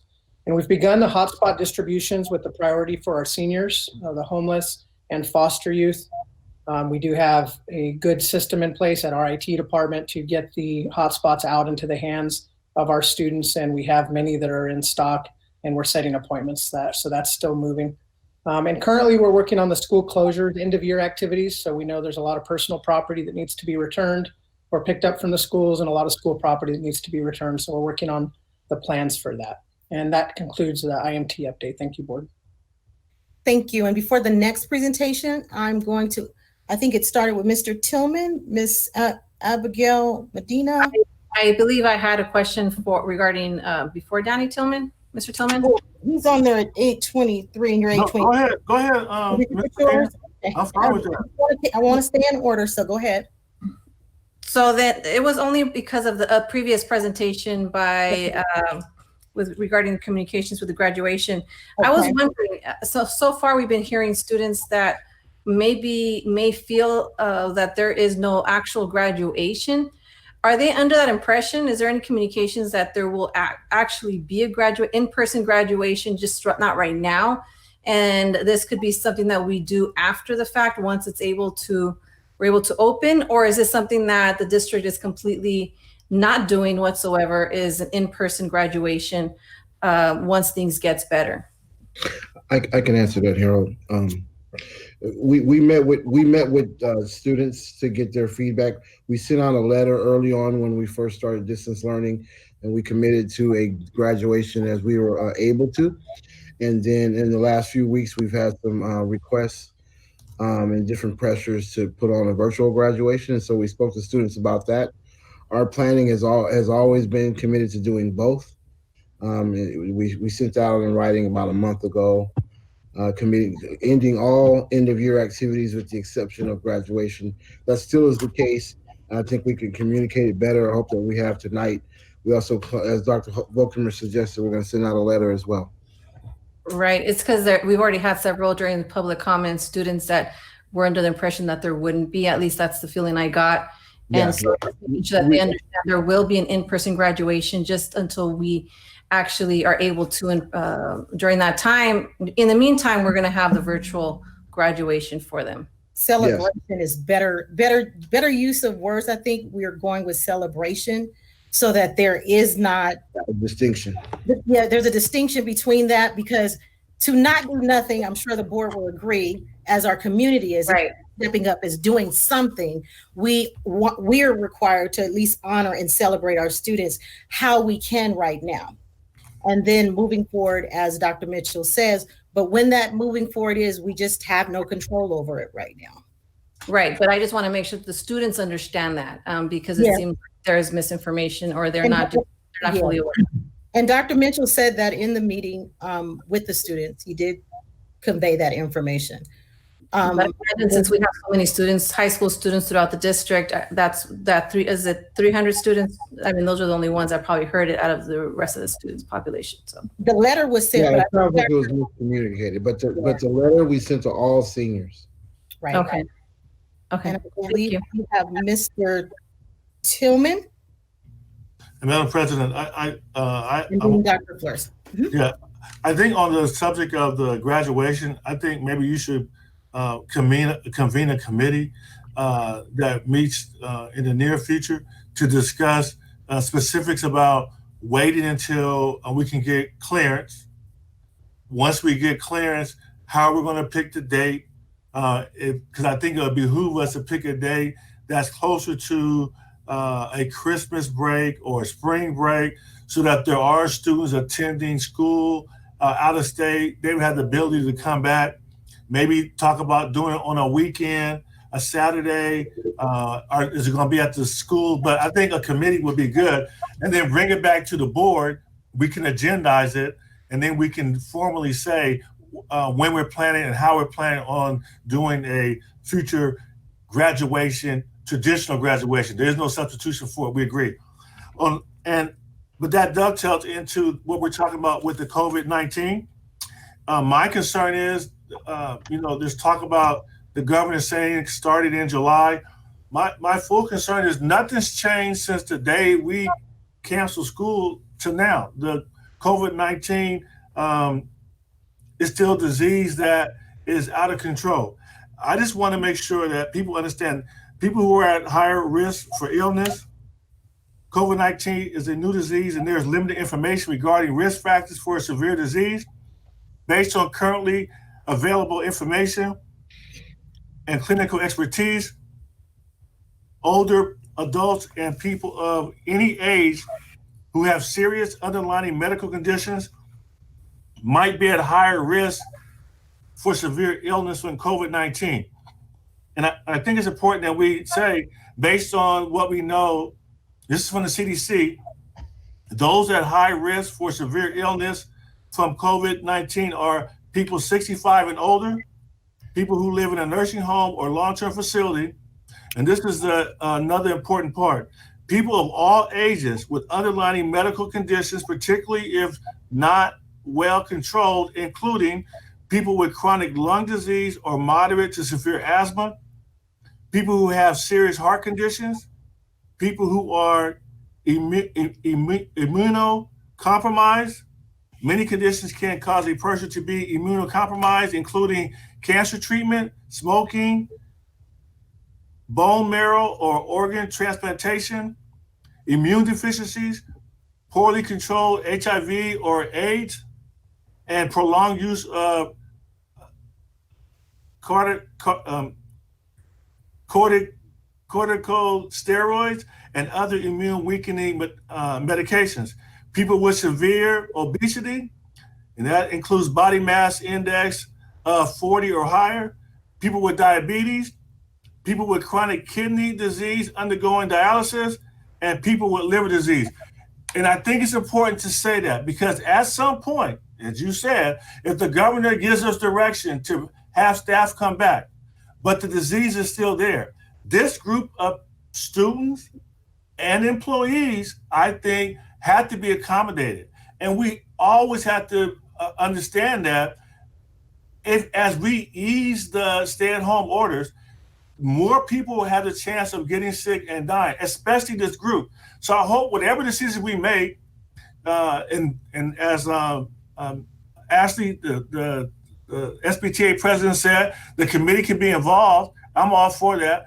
But the committee and everyone should understand, if you bring people back, there's a chance they're going to get the virus, and it could have dire effects, especially on this group. So I hope, I'm not going to be in those meetings, I'm sure, but when you guys meet, I hope that everyone does not lose sight of this group, because everybody that I happen to know that has heart disease or happens to be obese or has diabetes, I love them to death.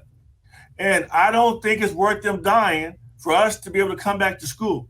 So I think if we're going to come back to school, we have to make special provisions for this group. Thank you. Okay, thank you, Mr. Tillman. And I believe Dr. Flores now? Mm-hmm. Right. Thank you, Madam President. Danny, I totally agree with you. We have to have really strict guidelines governing when we do, because I do want the kids to have a graduation ceremony, but we really we don't know when. And, we don't know when the vaccine will be available. We don't know. I know the governor has a 4-step plan, and major gatherings are the very last thing. And we're just barely on one, I think on 2. So moving towards 2. So that's a point. And thank you, Ms. Bardier, for your presentation on the virtual celebration. I'm just asking Dr. Volkemer, is that a recommendation that the board has to approve, or is it already in play? Because a lot of students did not want it, and yes, some of them do, and I'm glad to hear that it's volunteer. Mm-hmm. So that's one point. And then the other point is, it's clear that even though you sent a letter to all the seniors, they're not clear on the options. So there needs clarification, related to that. And so that's that point. For Mr. Vatier, thank you for all the work that you're doing. You guys are doing tremendous work. I've been asked by many community members and also kids related to hotspots. They don't know, are they in? I know we ordered a lot of hotspots. They're asking, are they in? How do we get them? Teachers as well.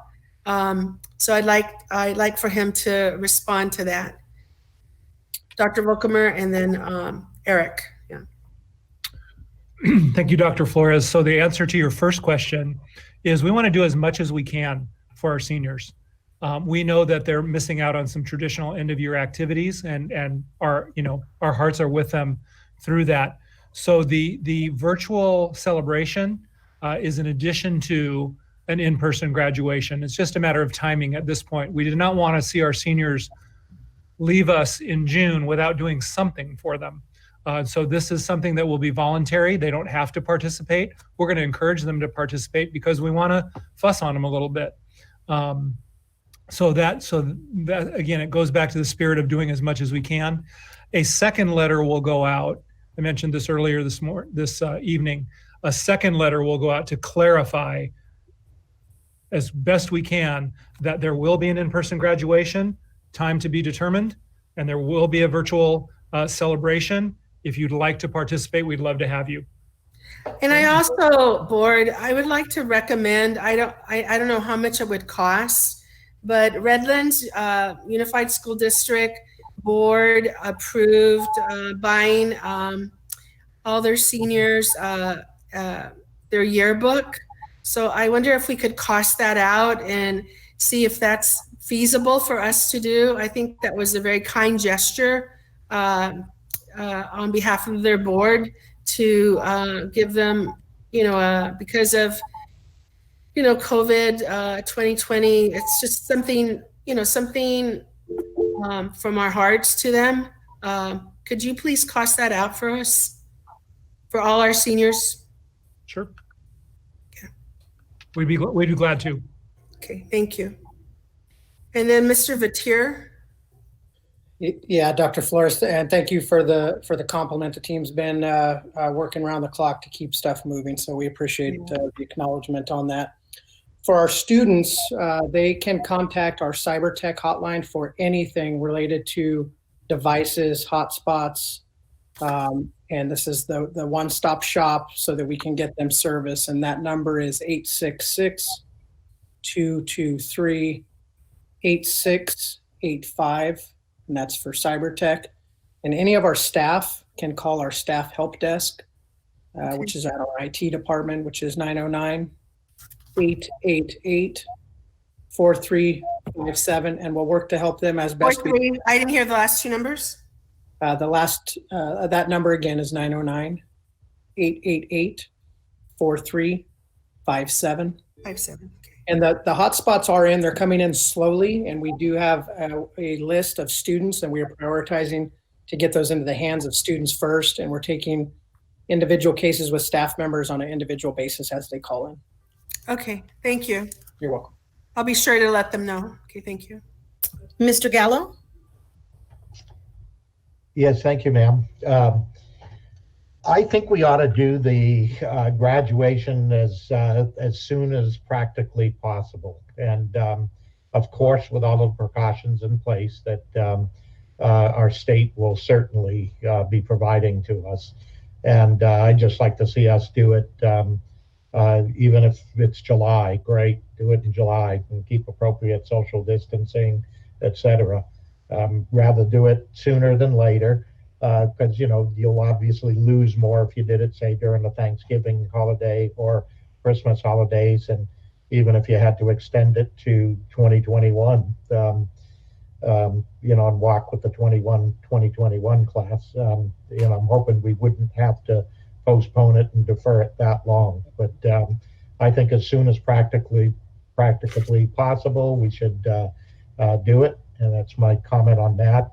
I think with the virtual graduation, have we thought of, I didn't really get any, much details about what that might entail. But have we thought about like maybe doing a, 5-second or so clip of each student, each senior that wished to participate? And, you could kind of sort them by name and have them available for the entire senior class to have as a lasting memento. I mean, I kind of wish I had my classmates say what they were ever going to say in 5 seconds at my high school graduation, all dressed up in the gowns today. That'd be a really kind of neat memento. So those kinds of thoughts, I don't know if we put that together about what we might actually do for a virtual graduation. Those are my thoughts. Okay, thank you, Mr. Gallo. And I believe that's all the board comments now, and we'll move to the next presentation in the slide.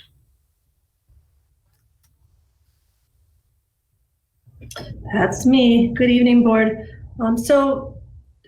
As I start to talk about the physically distant schooling, or as we're referring to it as PDS, first I want to assure the board that we will not move or enact any plan until we are clear with the state of California and following the governor's orders. So the physically distancing schooling plan that we are starting is so that we are prepared for when we are ready to go back.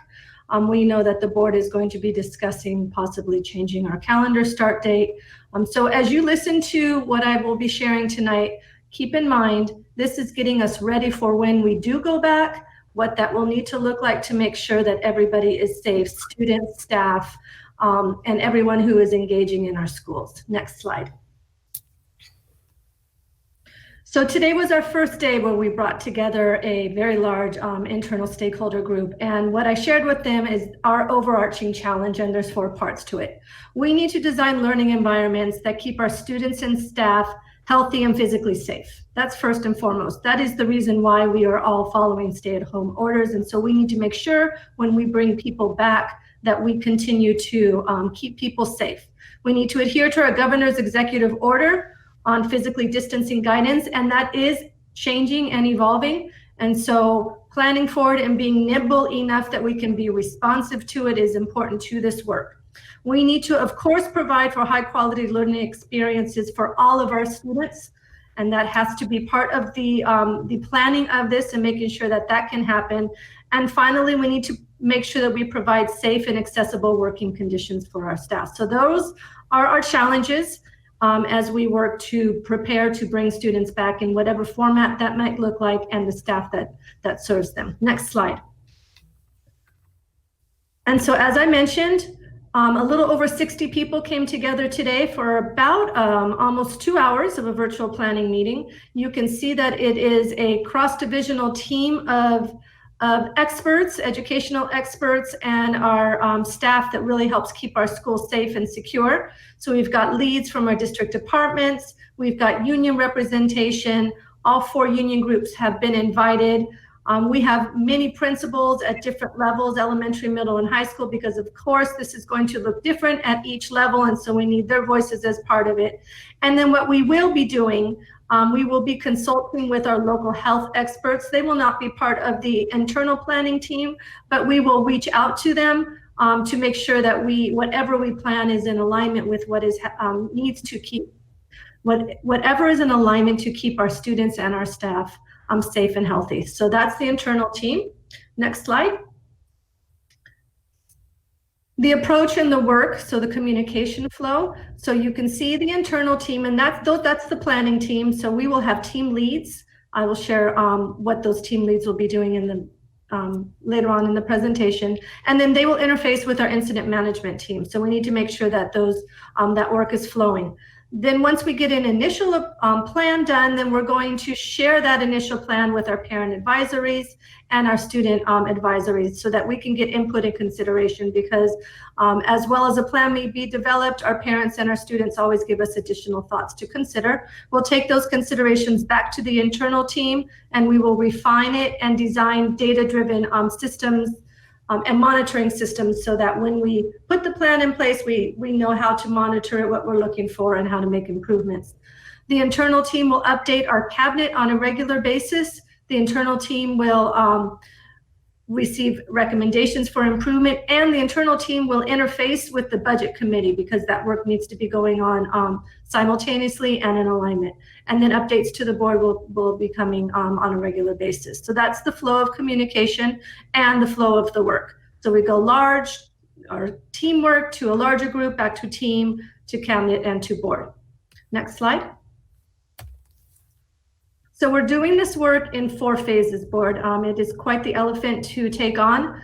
And so the first phase is what we're calling sense making. We're really trying to figure out what are the best practices nationally and internationally around schools that have started coming back together, and then what are they doing? So what does that look like? We're gathering that information, just started today, as I shared. And it's a very aggressive timeline. We're hoping by February, May 22nd, we will have developed common language, guiding principles, and a collective understanding about what a physically distanced learning environment would look like, and how do we make that happen, and develop categories for our work groups.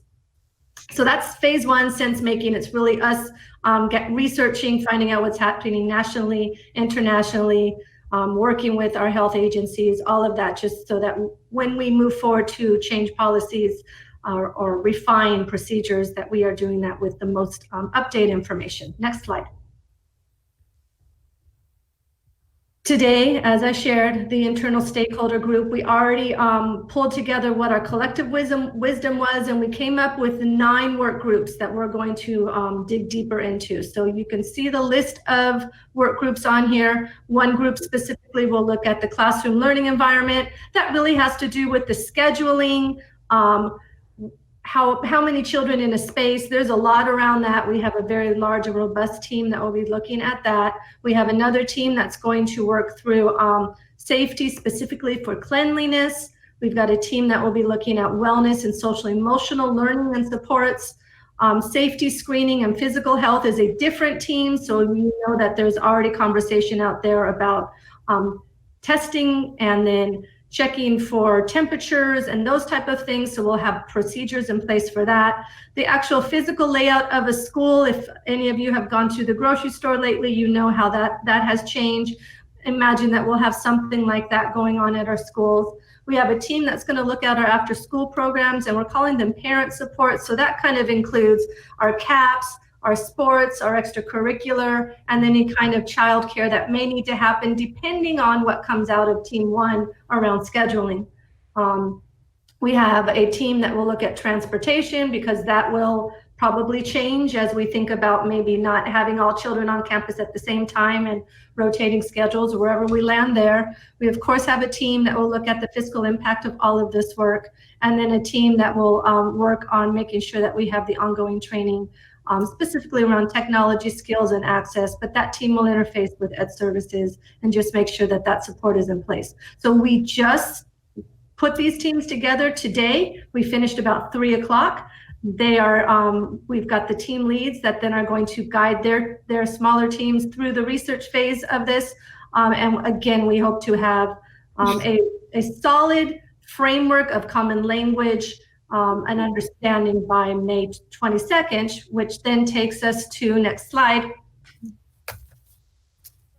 phase 2. So phase 2 is preparing us for the opening of the school year. And so we'll take all that learning that we gathered in phase 1 in those work groups, and we're going to look at existing policies, protocols, and structures or procedures that either need to be refined.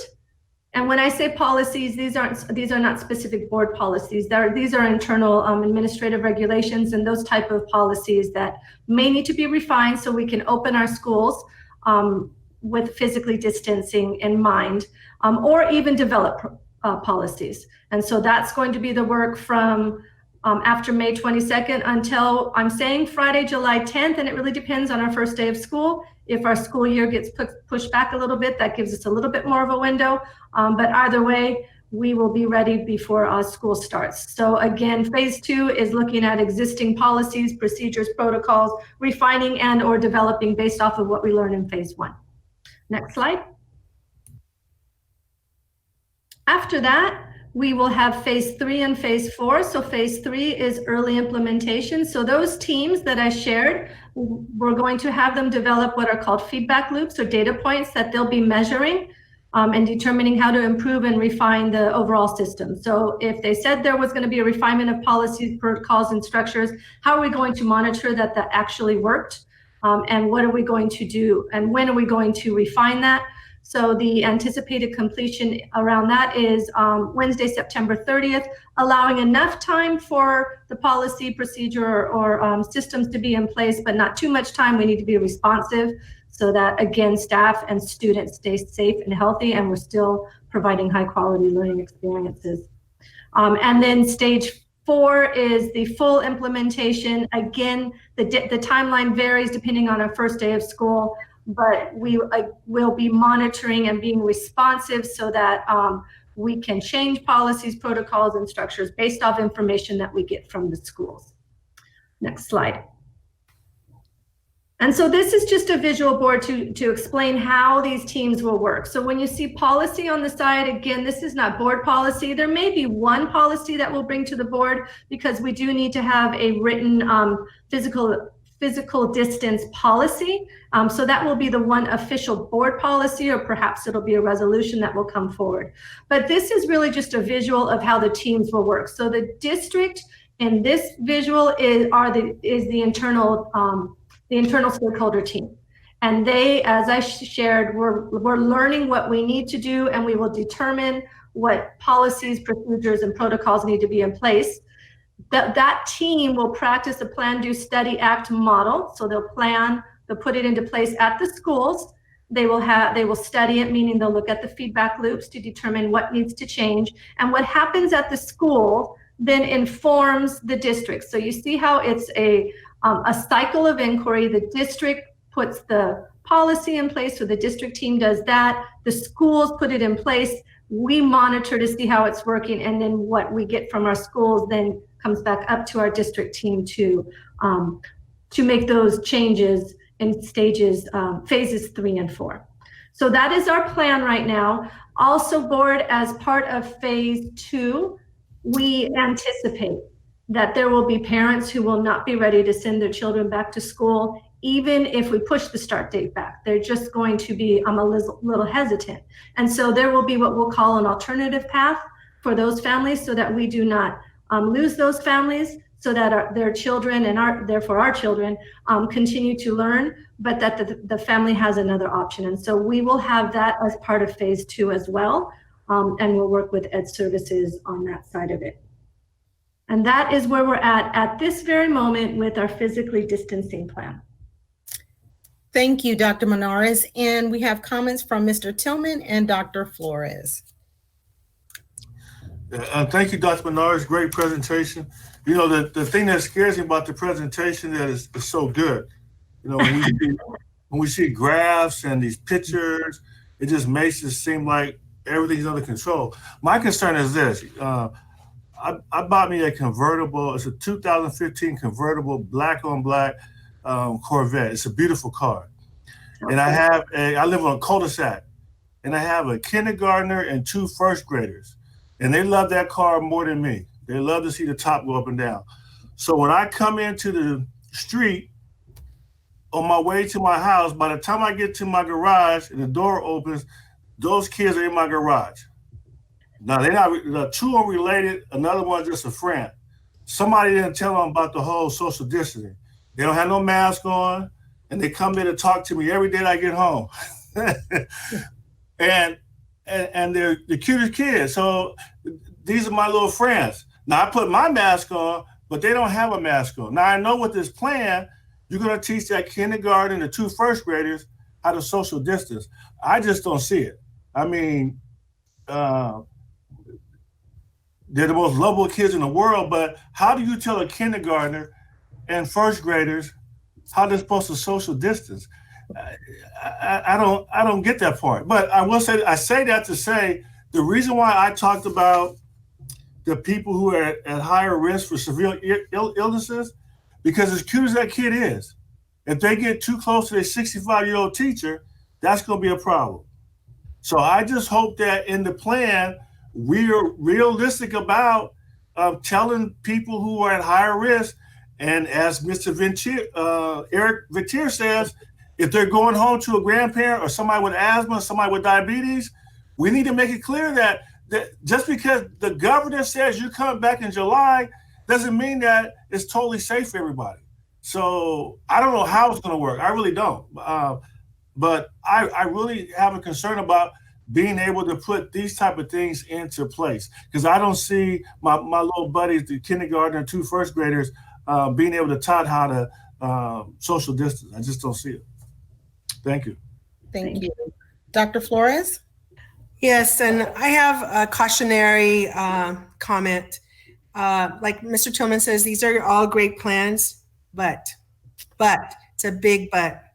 COVID-19 is a contagious, highly contagious, and deadly disease. There's no social distancing that will prevent its spread if we're all together in a school classroom, in a schoolyard, in a lunchroom, in a staff meeting, or in a parent meeting. Like Danny says, you know, our little kids aren't going to know how to social distance. I think it's unrealistic that we even go back. I think we should be planning for continuing distance learning in the fall until we have a vaccine. We are all not safe. It is a deadly, contagious disease. And first of all, none of us have been tested. Some of us may be asymptomatic. And our kids don't know any of this protocol. And I don't care if you wear a mask, you know, they can take it off, you know, they can sneeze on you. It's just not safe, period. So I would rather side on the side of caution for the health of our teachers, our staff, our children, our parents, our families. And I don't think we're there yet. I really don't. And I also, in your graphs and stuff, I did not see where we had union input. We are legally bound by our labor contracts with our teachers union, with our classified employees, with our police, and those are contracts. Those are labor contracts, and it's not whether they recommend, they give recommendation. They have to be at the table, seriously at the table, in terms of decision making. I didn't see any of that in there, and so I'm Dr. Flores, they're part of the internal team. They were on the one slide that I showed the internal team. We've got all 4 of our union groups. Yeah, I know that's that. They're there, but I'm talking about labor contracts. I'm talking about legal contracts that we have negotiated with them. Right. Those that and that's why we include them, right? Because we would not want to go against our contract. So anything that may need to be changed, if we have to move forward with this, we would do the side letters and all of that appropriate work. Well, I think their negotiations are very key. And I also believe that what Danny said, so the governor moves to step 4. But, we have one of the highest death rates and disease, COVID victims and all over the state of California. We would just breed more victims of the disease. So I just want to caution us. We have to be it's a deadly disease. Yeah. So thank you. Mm-hmm. All right. Thank you, Dr. Flores and Ms. Rosales Medina. Yes, and I just saw Dr. Keenan Mitchell's comment with regarding continued distant learning, preparing for distant learning for next school year. That's good to note, only because parents that are listening, that's one of their main concerns is what is going to happen the next school year, and offering that option for parents. Thank you for bringing that up, Dr. Mitchell. I do want to ask regarding, what was mentioned earlier. Many of our students live with their grandparents. Many of them, their grandparents are their guardians, as well as many of our students that actually have a grandparent or someone that's elderly, someone that's vulnerable at their home. So we have to be mindful of that. So when we end up coming back to school, what that really looks like. I'm glad that we're thinking of different options, and I think that's going to continue in the next presentation as we talk about the next school calendar year as well. So thank you so far, Dr. Monares. Thank you. Okay, I believe those are all the board comments thus far. Was that the conclusion of your presentation, Dr. Monares? That is. Thank you. Okay, thank you. Good evening, board. It's my pleasure to provide data updates related to childcare and bullying cases, as well as information related to student participation in distance learning. As we begin putting plans together to provide learning in a distanced approach, our teams began developing mechanisms for tracking student participation. In the physical setting, it's pretty straightforward to determine if a student is in attendance and participating. But in our new setting, this becomes nebulous. As is typical in our district, we gathered input from teachers and administrators to determine how participation would be defined. As a result of that collaboration in SBCUSD, student participation is defined as, but not limited to, online discussions in Google Meets, online written participation in Google Classroom, completed assignments either via packets or online, and response to teacher email. The other piece that we had to consider was capturing participation. And for this, we opted to use multiple formats, which allow us to gather a full picture of student participation and the manner in which they are participating, accounting for both the online learning as well as students that are learning via learning packets. The weekly tracking involves teachers monitoring participation, both the online and packet participation. Teachers log student participation status into Aries, similar to how they would have traditionally taken attendance prior to March 13th. We are also using reports generated through Google that monitor daily Google Classroom usage. Next slide, please. This graph shows the percentage of students who participated each week. This is our first glance at the data. And while we see a slight downtick in participation from week 1 to week 2, the data that we have for week 2 is a much truer depiction of participation. As reporting occurred for week 1, we had quite a few teachers that did not report student participation. We had some glitches with some of the technology, but as we moved into week 2, those kinks got worked out, and our data now captures a more complete picture of the percentage of students that are actually participating via packets or online. Next slide, please. The information on this slide provides an overview of the online student participation. There are some limitations to this data that we are working through. One of those being the delay in reporting on Google's end. There is a 2-day delay, which accounts for our reporting only being through April 30th.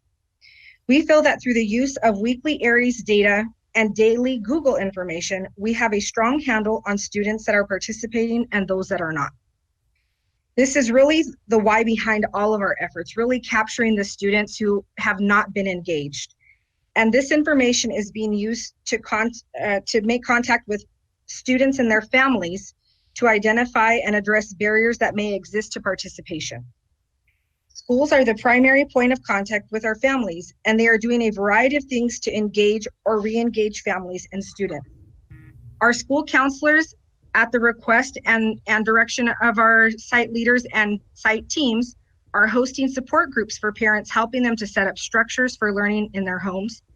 And all of our schools have a system for calling and checking in with students that have not been participating or are participating inconsistently. Our next slide, please.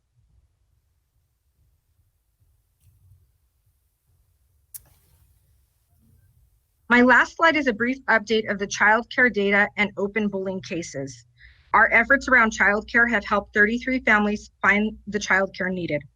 You will also notice that the number of available spaces have stabilized in response to the general need. As for the bullying data, we have 1 new case and the team has been deployed to address that. Please note that the team has continued to work on closing cases that were open prior to March 13th. Board, that concludes my update for you this evening, and Dr. Mitchell will now share information related to distance learning. Thank you, Dr. Perez. Board, just another update on where we are with distance learning, including our work groups. As you know, initially we formed 5 work groups to scope out this tremendous amount of work to transition us to a distance learning model. Those groups, again, as typical in our district, involve our relevant union groups as it relates to distance learning and Google Classroom. They continue to be involved as we've restructured 5 groups into 4. You'll see we still have a group working on professional learning to address the needs of teachers teaching in an online environment. Number 2, curriculum supports to support teachers in developing lessons that are standards-based and Common Core aligned, using our existing structures around resources around curriculum guides and scope and sequences. And so that's still happening. As I alluded to earlier, these groups are continuing to meet. I've asked the teams to plan through the end of first semester for next year. So that'll take us to second semester after January, and we'll keep it going if we need to. We've also recommended groups start looking into innovation, that even when we do physically distance schooling, which will, to Dr. Menard's point, there'll be some form of that when we actually do get back in school. But there are also some virtual aspects and some online teaching that we would want to continue to allow kids more opportunities for enrichment, opportunities for dual enrollment with colleges and so on and so forth. So we're taking away a lot of learnings. We're taking away a lot of opportunities to expand our work and enriching our work. as well as give extended opportunities for our kids. The group number 3 will always be an ongoing issue, of course, with devices, internet access, and remote troubleshooting. I'd like to thank Mr. Vatier and his team, very responsive to the needs of our kids. Dr. Hill, the information you sent me earlier today about students, we've already made contact with them. And I've sent several things to Vatier and the team, and we're just finding very responsive, highly responsive activity as it relates to our parents and kids. So number 4, around high school seniors, that data obviously involves all of our high school principals and high school teachers and other folks relevant to that. Their biggest issues right now, as you just heard, is virtual graduation. Linda is working closely with Dr. Venkatesan and high school principals around creating a meaningful virtual online experience for our celebration for our kids.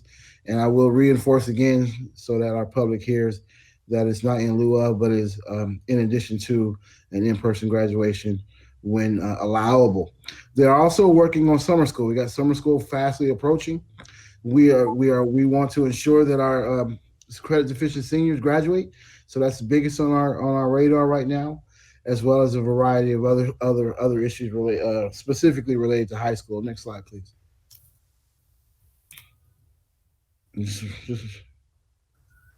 Okay, so just some emerging things. We just want to share what's coming out. We've been doing distance learning for a few weeks now, and how we're responding to the evolving needs of our teaching staff and support staff as it relates to distance learning.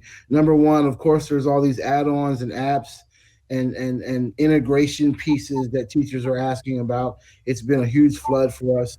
Teachers are excited and digging in and finding different and new ways to do things. Of course, that involves apps and other integrated applications. So we're trying to help teachers sort through that, which ones are appropriate, which ones are not. Of course, there's a lot of third-party kind of apps out there that we have to be concerned about with data sharing, and so we're working through that. Of course, our earliest learners in terms of online program, those teachers and parents and students need support. I know that the Family Engagement Center is working hand in hand with Ed Services from a curriculum as well as a parent engagement and parent support part, because obviously parents got to be highly involved with any distance learning model related to TK, pre-K, preschool, and all the way up probably to 2nd grade at least. Of course, we talked about scope and sequence. This is what to teach, when to teach, and making sure that is aligned to the Common Core state standards. Our people have begun scoping that out going through the summer into first semester for next year.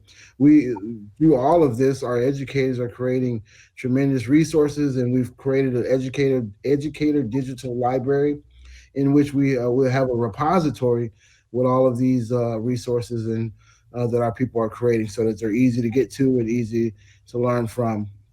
And then, of course, as our teachers get better at Google Classroom, they want to dig in higher. So now we're offering advanced coursework and differentiated coursework with cool stuff that teachers can do once they got the basics down. So that's where we're headed there. Next slide. Just wanted to give you an update on the learning bundles. Remember the learning bundles involve student workbooks, readers, supplies, crayons, those kinds of things for our youngest learners. Those kids we've sent out 1,780 bundles for preschool kids and over 8,100 bundles for TK, kinder, and 1st grade kids. The 2 through 6 that you see there, the 931, those are kids who have opted out or not able to get online for whatever reason, and so those kids are being supported with grade level workbooks across all the subjects, and so we're working through that. And in terms of learning packets, again, through the 6th through 12th grade, we've only had 27 requests, and that's all at middle school. We've had none from high school at this point, but again, our folks are continuing to, our leaders and teachers will continue to bring kids to Dr. Perez's point, kids to our radar that for whatever reason or whatever barrier or even choice are not online. And so we're finding ways to reach those kids to board. So what we wanted to do is assure the board making all efforts to get kids connected online, as well as efforts just to get kids connected to their schools. Next slide. Next slide. There you go. It's moving a little slow. There you go. Again, this is our high school senior report. I went over a little bit of this.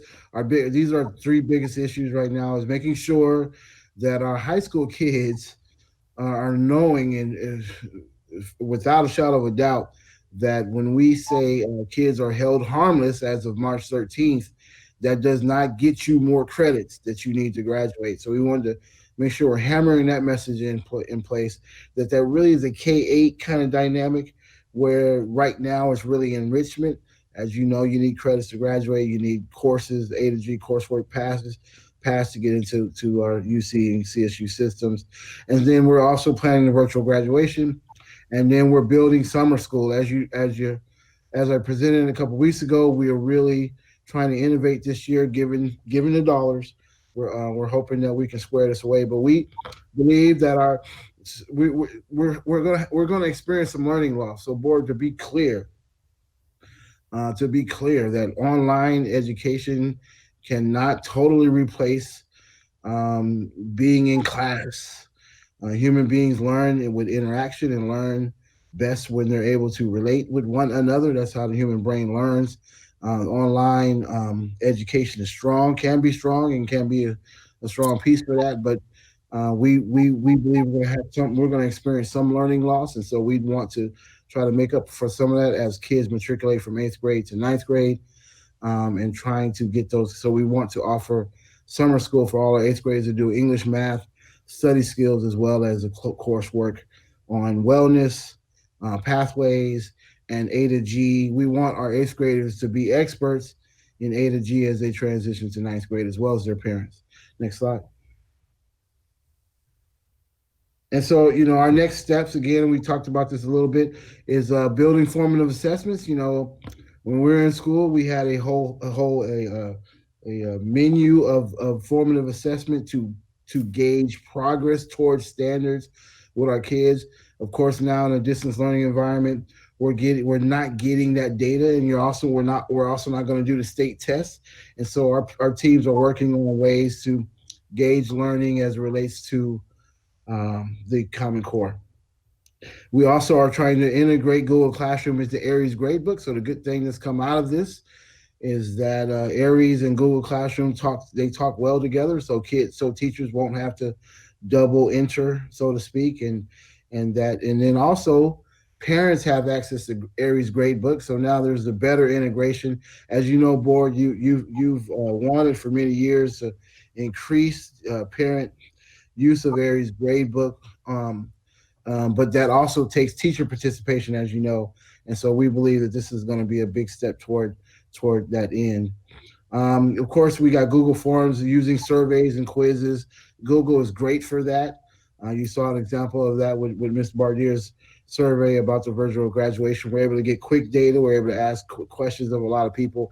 And now that all of our kids are online in some way, we actually have a much, much better way to get data from our kids. Screencasting, we're learning more about that. That's where teachers can record themselves and screen and share their screen and so on and so forth. And so, as I said earlier, that our teachers are getting much more proficient in Google Classroom, and their needs are evolving, and we're trying to keep up with our teachers right now and provide the supports in terms of professional learning that we need to provide. I think that's the last slide. Next slide. That's it. Thank you. Thank you, board. Thank you, Dr. Mitchell. Mr. Gallo? Yes, thank you, Dr. Mitchell. Hey, I might have missed that, but do you have any indication of participation rates, student participation rates? Yes, Dr. Perez just went through all of that, so I'll send that. Yeah, like maybe the average, say elementary, middle, and high, or something. Maybe we display, David. Maybe display the PowerPoint once again back up to Lorraine's part, so Lorraine can walk through that. Yeah, that would be helpful. Thank you. Thank you, David.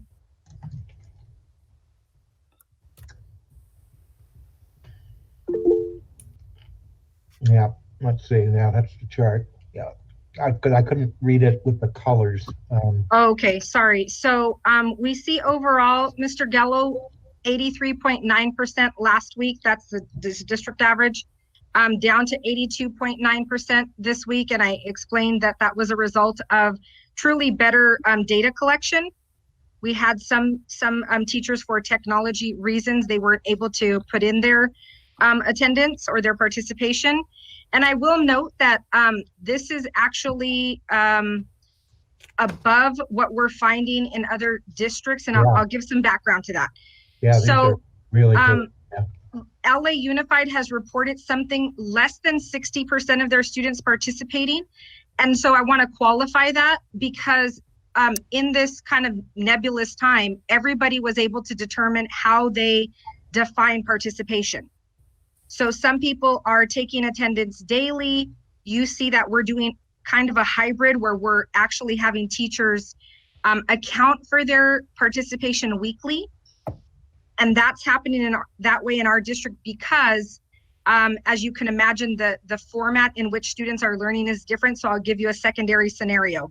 If I'm a 10th grade teacher and I'm meeting with my students on a Tuesday and giving them an assignment, it doesn't necessarily mean that they're going to see them on Wednesday, but they are having interaction with them because of the way that the schedules got set up. So our high schools may have had, and I'm taking this as a generalization, may have decided to have first and second period on Monday, third and fourth period on Tuesday, fifth and sixth period, so on and so forth.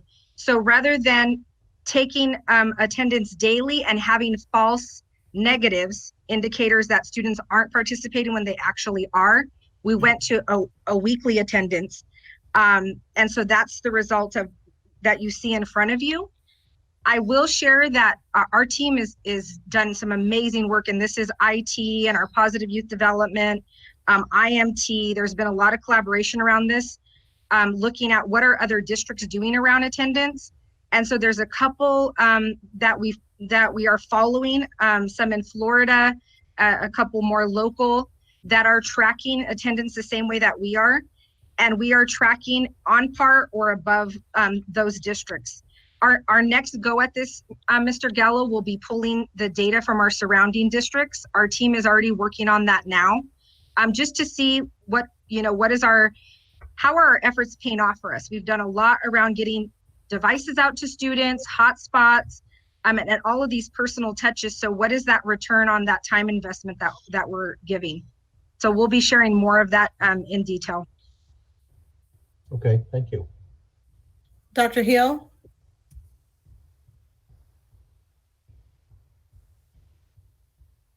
Thank you. I didn't know if that was the last presentation. I believe it is. Okay. I want to thank you, Madam President. I just want to say to the cabinet and to the team, what an awesome job. And I'm taking notes and I learn from you every time you make a presentation. And we know you're not there. We know there are still a few bumps in the road, but you're speeding up. You're no longer going 30 miles an hour. You're up to about 55 now. So that's real good and moving in the right direction. So I commend you and your task force for the work you are doing. I just have, of all the presentations, I believe I have 3 areas I'm concerned with and then 1 recommendation. And Mr. Batir, I don't know if this is for you or Dr. Menarez, on when we physically return to school, will there be a mechanism in place for every staff member to get tested? Because we know we have a lot of people who are working in our districts with some illnesses. Not anything that require them to retire, but they will be there, and we certainly do not want to put them in a compromising health position. So is there going to be some type of arrangement that every district employee will be tested for the virus? So Dr. Hill, I'll make an attempt to respond to that. As we look at our procedures, our protocols, and our systems, we will definitely have a process by which we are testing our staff and our students, and then being able to do the tracing and then the isolation as needed. We do not have that defined at this moment, but that will be part of what phase 2 of the plan will look like. And so that's why our collaboration with our local experts will be so important in this work. Thank you so much. So Eric, that takes you off the hook. And my next question is for Ms. Bardia. Thank you for your presentation. And I like the idea that there will be choices, because whereas we'll have a number of students who will be leaving the area to go to college, there will also be a number of students going into the military, and they just can't come back to a graduation whenever they want to. And so at least there'll be something in place for everybody. So even though it might be voluntary, I would like to ask all the seniors, and we're talking about 3,000 seniors, to be a part of the virtual celebration, not graduation, but celebration, so that there will be something there for you. And I just want to make a suggestion, and it's not original because I saw where Mayor Warren put it on a marquee in Fontana, but perhaps on one of those big marquees down by the 66 Stadium, we can announce our graduates and show some of their photos there as people go up and down the 215. And that's, you don't need to respond, that's just a suggestion. But I just want to thank you so much. I really enjoyed listening to all of you, and I learned from all. And I really support our parents and our students. It's always good to hear from them. And whereas we don't want to shortchange anybody, and as someone with a condition that I can't be around young people, I get many of those things that Mr. Tillman talked about, including age, obesity, some of the other conditions. But I know there's some others of you who also have some things. So, but at any rate, we're gonna all stay healthy, and we need to be healthy for our students. But at any rate, I just hope our parents and our graduates understand that anything we could have done to have prevented this, we would have. And yes, I noticed in one of the comments from the parents or the students, we do give a shout out to Ms. Ortiz and Ms. Lopez for what they're doing with having students adopted. So thank you so much. Thank you, Dr. Hill. And now Ms. Rosales Medina. All right, thank you for the presentation. I do want to ask Dr. Mitchell, you mentioned that at the end of the day, online and virtual learning, it takes away or it doesn't replace the in-person classrooms. I just want to make sure that we're mindful that, we see colleges, we see community colleges as well as universities offer full degrees pertaining to virtual learning. I'm not saying that that's the whole direction. And when you look at charter schools, I see that they have that distance learning already in place. And I guess for us, we don't want to fully discard that as the option for families out there. This is going to bring a great opportunity for us to improve in our skills when it comes to virtual classes. I know many years ago, it was part of the discussion on how to create our own virtual academy or school. And I think this could be used for those families out there that don't not necessarily go to another district or another charter school, but using that within our own school district as an option. So I just want to make that comment that virtual classes or even degrees can be done all online if we kind of adjust it. That will benefit our students.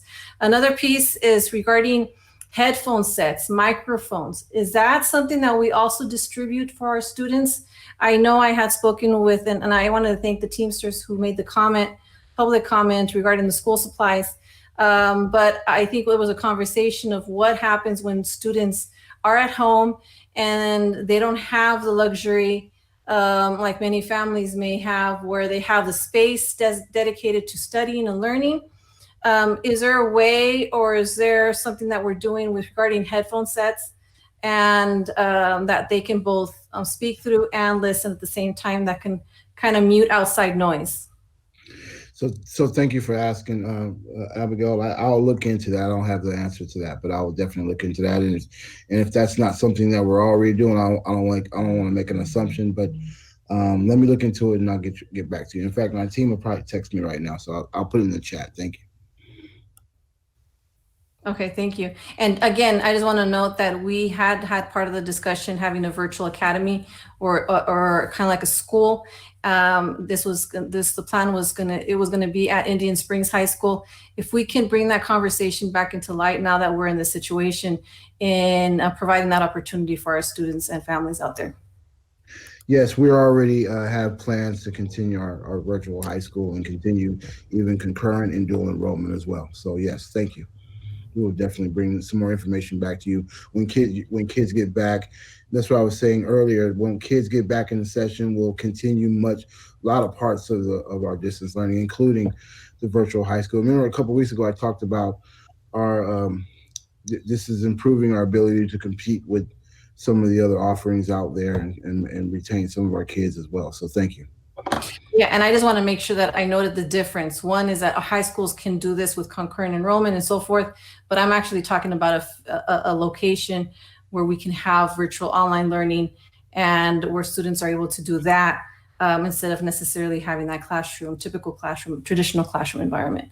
Just want to make sure that I note that difference between. Thank you. Got it. Thank you. All right, Mr. Tillman. Yes, to the question that Abigail had pertaining to headphones, Dr. Mitchell, there's a place called Mono Price. You can get headphones for like $2.50 a set, and they're great headphones. Monoprice.com. And got it. And we definitely look into it. My team just informed me that we have not been giving out headphones, and so we'll look into that. Thank you for the recommendation. Yes, check out monoprice.com. The other thing, in terms of the military and the students who graduate who are going to the military, for Ms. Rogers, I've been on the school board for 25 years, and over those years, I've seen a number of people who missed their graduation because they went to the military. And Dr. Volkerman can attest to this. Some of them may have been away for 50 years, but when they get to come back to the graduation and celebrate with the existing class, they are very excited. So I want to give an open invitation right now to all graduating 2020 seniors that are going to the military and let them know that they'll be able to participate in a graduation at their school whenever they're available. So it may not be the graduation that we do for this class immediately, but we definitely will ensure that they participate in a graduation anytime they want to. We'll give them an open invitation. Of course, if I get 3 other board members to go along with that, I think it'd be a good idea. And then last, I got to shut my door. The folks are vacuuming. Hold on a second. Oh my God. And then last, on the subject of the distance learning, I want to commend Dr. Mitchell, his team, and Eric Vertier, everybody that's worked on that. And I think you're going to find that we're doing better than surrounding districts because we have the infrastructure in place already. Because we've been giving out Chromebooks to so many students, it's not new to us. I read all the time about districts that are fighting to find hotspots, fighting to find devices, and then they're starting from scratch on rolling that out. Because we've been doing it so long, it's not new to us. When you mentioned that company that's providing the technical support and that 1-800 number that parents can call, that is amazing. But we started doing that how long ago, Dr. Mitchell? 3 or 4 years ago we did the hotline? 5 years. Almost 5 years ago. We've been doing the hotline, so we just expanded it. So you're going to find that we're doing a whole lot better with distant learning and our students having devices than surrounding districts because we've been doing it for so long. But I still want to congratulate you on that work. Thank you very much. Thank you, Mr. Tillman. Dr. Flores?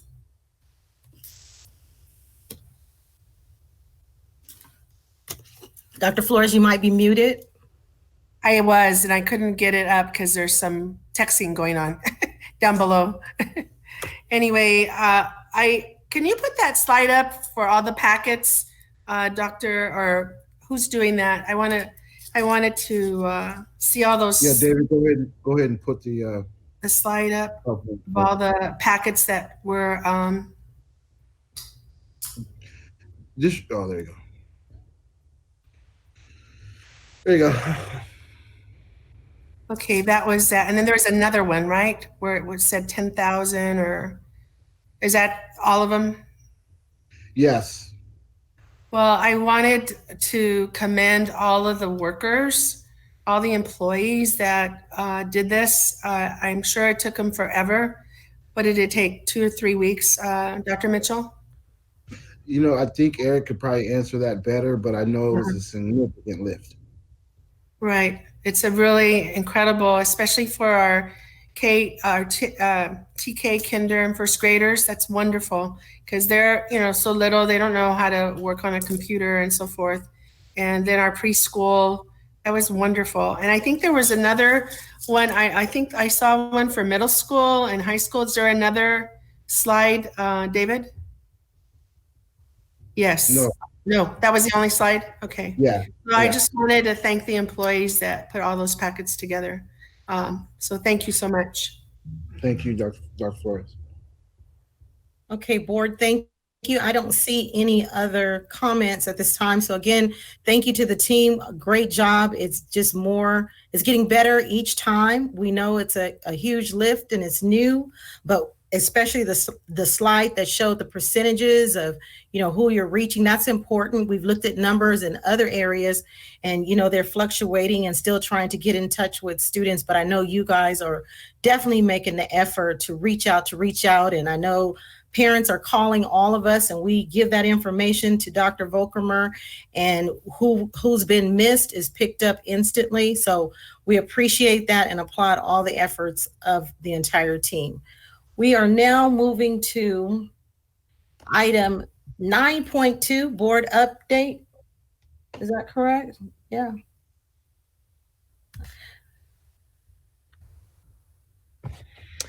We're ready when you are, Madam Yep, President? we are ready. Okay, so board, we're going to address what we call the challenge born of the crisis. We have had a crisis, pandemic, and now we're facing a new challenge because of that. You're going to hear about the effect of coronavirus on our state budget and state economy. And anytime there's a hit to the economy, it translates to school financing, and we're certainly no stranger to that. And so I'm going to turn it over to Janie, who's going to give you a budget update. Good evening, everyone. Many of the slides you saw at the last board meeting, but we want to continue to communicate with our stakeholders the potential impact to our district of COVID. Next slide, please. So as you're aware, and we're reading in the papers and hearing around the world the economic impact as a result of the COVID pandemic.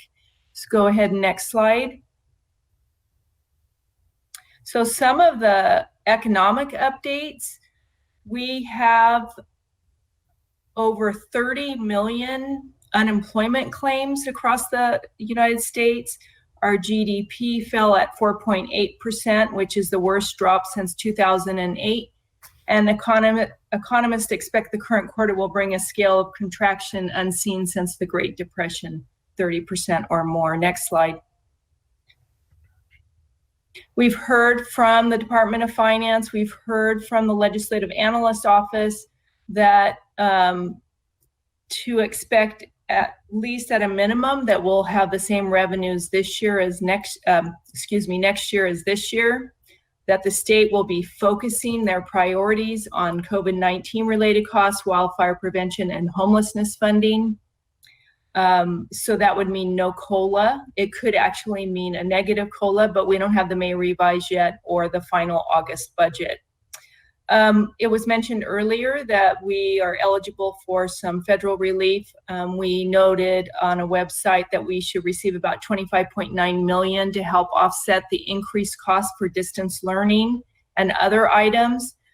Probably we calculate about $1.5 million of this will go to the private schools within San Bernardino City Unified as part of the title allocation.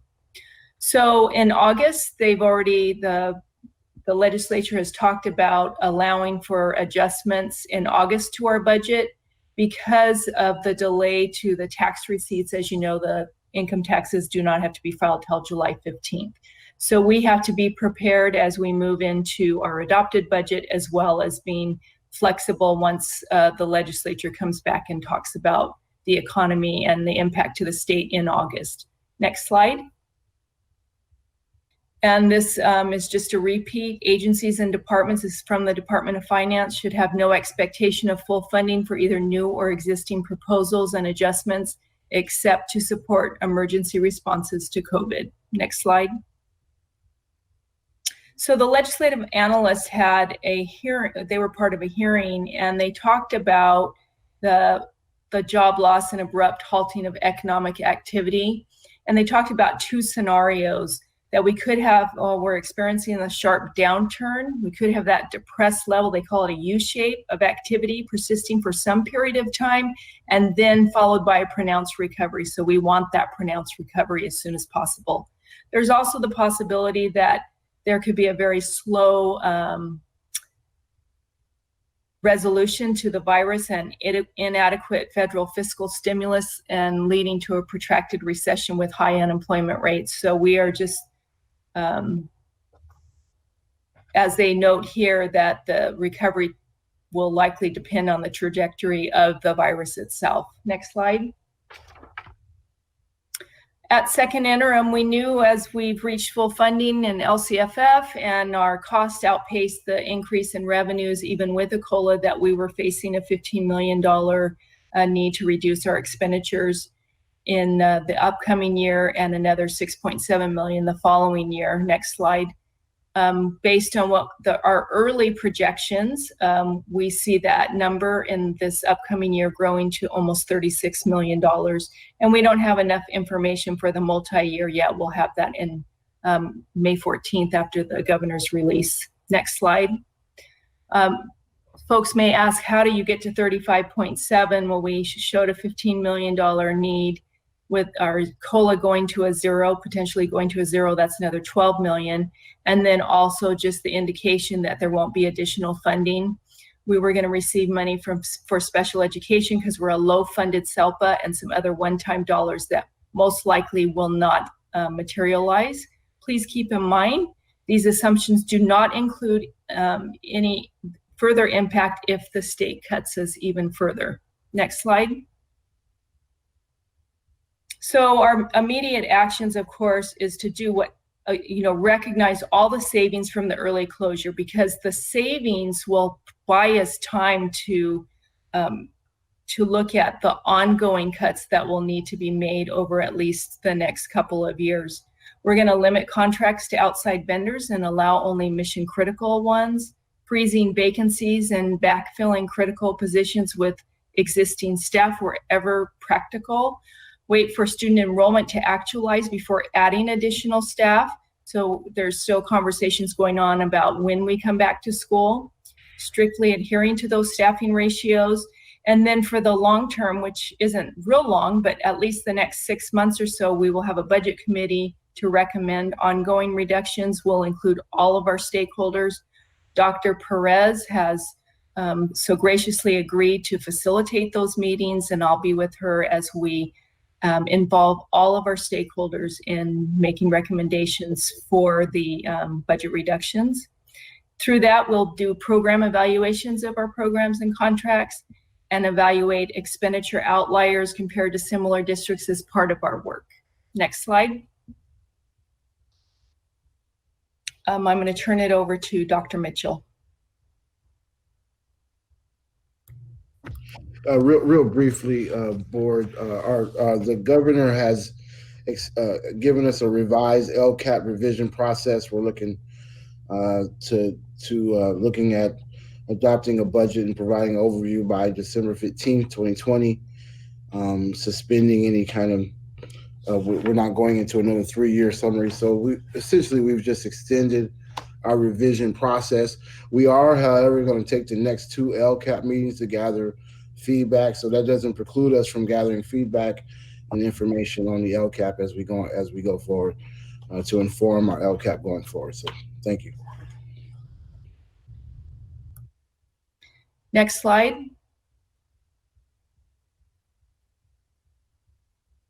This is Dr. Mitchell. Sorry, guys. And also, just as an update, board, the last couple meetings, we had considerable conversation around where our police department was funded. We committed to holding a parent and advisory LCAP meeting. We invited all of our community partners, and during that meeting, we went through. Janie spent some time talking about the state budget and its impact on the district. We talked about the whole 139 or rounding up 140 million as we agreed to, and we said that we would continue. We would show going forward in all of our LCAP meetings. We would show all of these budgets. We did a overview of our distance learning as well as our English learner and special education support and all the resources available. We also included a presentation from our family engagement office as well, and Dr. Perez reviewed or staff reviewed social learning, emotional learning resources. The reason that we did that is because, number one, most of these programs are funded by LCAP. Number two, most of the recommendations coming from our community-based groups center around family engagement and SEL type resources. And we wanted to demonstrate how we've heard the feedback from them as well as our teachers and other stakeholders. And for a few years now, we've been expanding our support for kids as it relates to SEL and mental health services. And we wanted to get on the same page in terms of just showing what resources and activities that we're currently funding out of LCAP. Since then, the PowerPoint, the full LCAP budget has been posted on the website, and we have captured all of the, we had a large amount of chats. We've captured those chats, and we've also captured suggestions and feedback to us that was given to us on a Google form, and so we have all that data. We will host another meeting in May and another meeting in June where we'll invite all our general attendance. And so this past meeting, we had 60 people involved, and they were primary leaders of our community-based organizations. Our next 2 meetings will involve we're inviting all of our parent groups, both district and site. And we're going to focus on going through a little bit more closely with the police department and the supports and the value that the police department is adding to our instructional systems. That was one of the major asks on the feedback we got, as well as go a little bit deeper on the family engagement office, as well as go a little bit deeper on the mental health supports and SEL supports through our district. So thank you. And we'll let you know those dates as soon as possible. Thank you so much. Next slide. And this board right now is the timeline. As you can see, we're awaiting the governor's May revise. There's some LCAP community information public hearing for the budget, the LCAP summary report. So the actual LCAP, as Dr. Mitchell discussed, will not be submitted till December, but there will be a report submitted to the board. We will be waiting for that August revised state budget as we move through the year, unaudited actuals, and then our first interim. And that ends our presentation for this evening. Thank you, Ms. Christakos. And we have questions beginning with Mr. Tillman.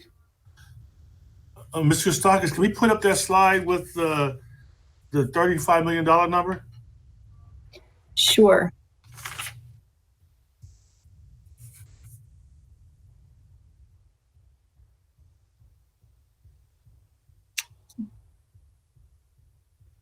Right here? This one? Right. So first I want to start by saying I think it's important that we reiterate when the gentleman that came out last week, one of the things that he said was some districts take all their money and put it into their LCAP. And I really think we'd be better off to treat the entire budget as LCAP, because then people will realize that all of the money in local control funding, it's because 90% of our kids are lower socioeconomics, we get the unduplicated extra money for that. Now, because we get the additional money, we spend it on a whole bunch of different other things.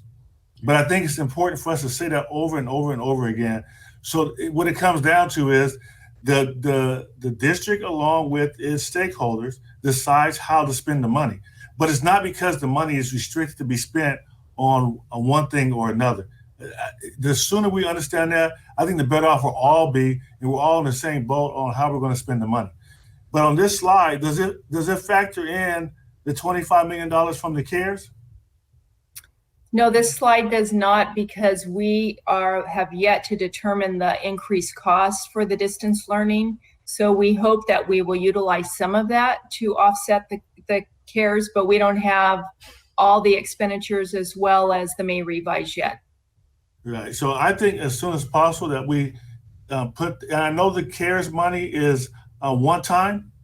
It's one time, and for some of those, the computers and the Wi-Fi and all of that. So no, I understand that, and I think how many of the computers that we gave out, how many of them were iPads? Do you know what percentage? You know, Eric has. I don't have it right with me. We're gathering them. We can get it to you. Because I know the iPads would be a lot more, but if you get about 30,000 of the Chromebooks, it'd be about $9 million. So you still would have a substantial amount of money left over from the CARES. My only point is, even though it's one-time money, it's still going to benefit us because we have a lot of one-time things we spend the money on in the district, but we're using ongoing money. So we could actually use those as leverage to say, in case we projecting to get less money, that those things will be eliminated before we will eliminate ongoing other costs. But thank you, Mr. Tillman. Yeah, and then have we got any closer, better numbers on what the projected ending balance is for this school year? We've been spending a lot of time on it. So PO cutoff just occurred let's see, 2 weeks ago. There's still a number of requisitions in process. So it's just taking some time to work through that. And that's the dilemma right now as we're processing that. And then looking at the money that usually comes in late, because if we can realize a ending balance that was more than what we were expecting, that would benefit us too. That's exactly what we're trying to see is savings from the closure. So some things, we have some costs, but we also have some savings. All of that savings will help us weather this storm. Right. And then historically, we always have a higher ending balance than what you guys project also. I'm just bringing that up so we can put all of it on the table before we before we decide we have to make big cuts in areas that are going to hurt. So I guess maybe at some point you'll put together a budget committee and we'll be able to have a special meeting just to discuss that budget information. Yes, thank you. Thank you very much. Thank you, Mr. Tillman. Dr. Flores. I just want to follow up with what Mr. Tillman also said. We don't know what the carryover will be as well. So that would offset some of the 35 million. We also will not get the May revise till May 14th. Is that correct, Ms. Christakos? Yes, that's correct. It'll probably be the 14th, yes. Right, and that's when Governor Newsom will state whether we're getting what is it? The can you put that back? The COLA, right? The COLA. And right now, what did it say that the COLA would be? I didn't. So we heard that it would probably be 0%, and so that's But that's just hearsay. We still don't know until May 14th, correct? It's a lot of information we're receiving from Right. the finance and stuff. No, we won't know. I just don't want us to be at the last minute having the discussion because we have a short timeline to respond. Because we may get some COLA as well. And then also, I would like you to find out with all the people retiring and not filling the vacancies, what savings we have there in terms of that, so that we can plan ahead. And also, I think that if we were to give, we should consider also looking at if we were to provide an early retirement incentive.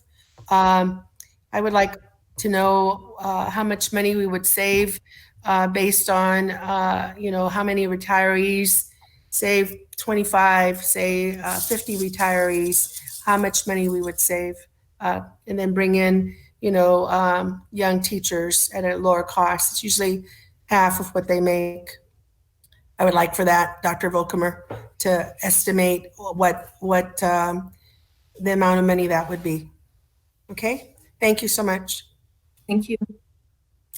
Thank you, Dr. Flores. And we have Ms. Rosales Medina next. You might be on mute. Ms. Rosales Medina, I think you're on mute still. Did you hear me? She's speaking. Ms. Rosales Medina? There you go. Okay, there. For some reason, it just didn't want to click out of mute. Okay, so then my comments is regarding, when looking at the budget, we have to, I know this was mentioned before, looking, of course, at innovation grants, looking at the coaching that we had, which was peer principal to principal. Look, we're going to be saving money on transportation. Looking at that, so there's so many areas that we can try to look at when it comes to, like how Mr. Tillman mentioned, one-time funding. So I will support a lot of these other measures, and well, another thing that we're going to be doing is freezing positions, and also I would consider freezing any other contracts that don't necessarily they won't have to work, they won't be able to work with students directly right now, and looking at those type of grants right now. So just wanted to mention that to add. Thank you. Thank you. Thank you. And Mr. Gallo? Yes, I've got a question for Janie. The COLA is listed as an expenditure, but would there actually be an expenditure if it's a zero COLA? That just means no. Our COLA was, I'm sorry, Mr. Gallo, the COLA was projected to bring in 12.1 million, and when it goes to zero, we lose 12 million. No, but you also don't have an expenditure, do you? Yeah, we have lots of expenditures around the growth in our budget. So the COLA revenue offsets our step and column, our PERS and STIRS, and all the other expenditures. So the COLA is additional revenue that we anticipate we will not receive. Okay, but a COLA is cost of living increase, right? I mean, that's what it stands for. So if it's zero, that just means people don't get a cost of living increase, doesn't it? No, we have step and column, and we have PERS and statutory increases to PERS and STIRS. We have health and welfare that goes up.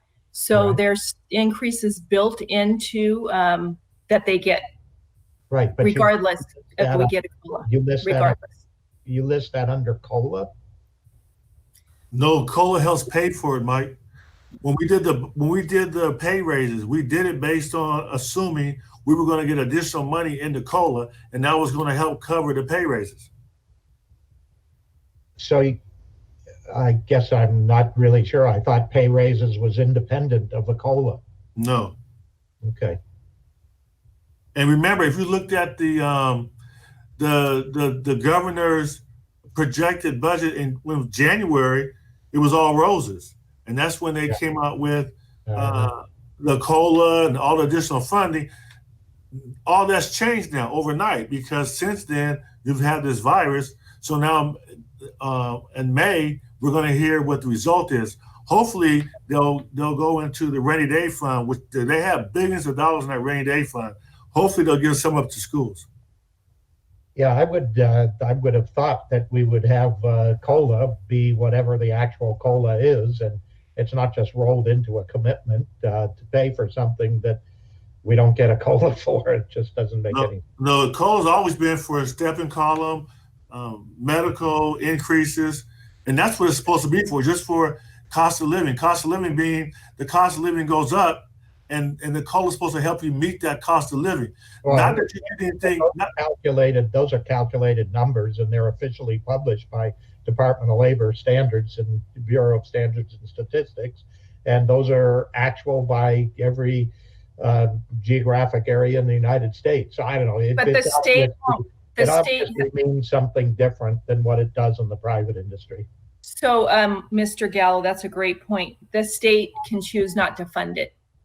Right. So there is a specific calculation that determines the COLA, Yeah. but when we get in these situations, they can even give us a negative COLA. They call it the UNCOLA.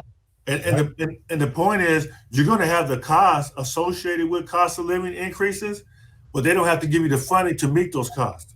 No, I understand. I'm just Then it saying, becomes a cut. I'm just saying in the real world, COLA is independent of a raise and stuff.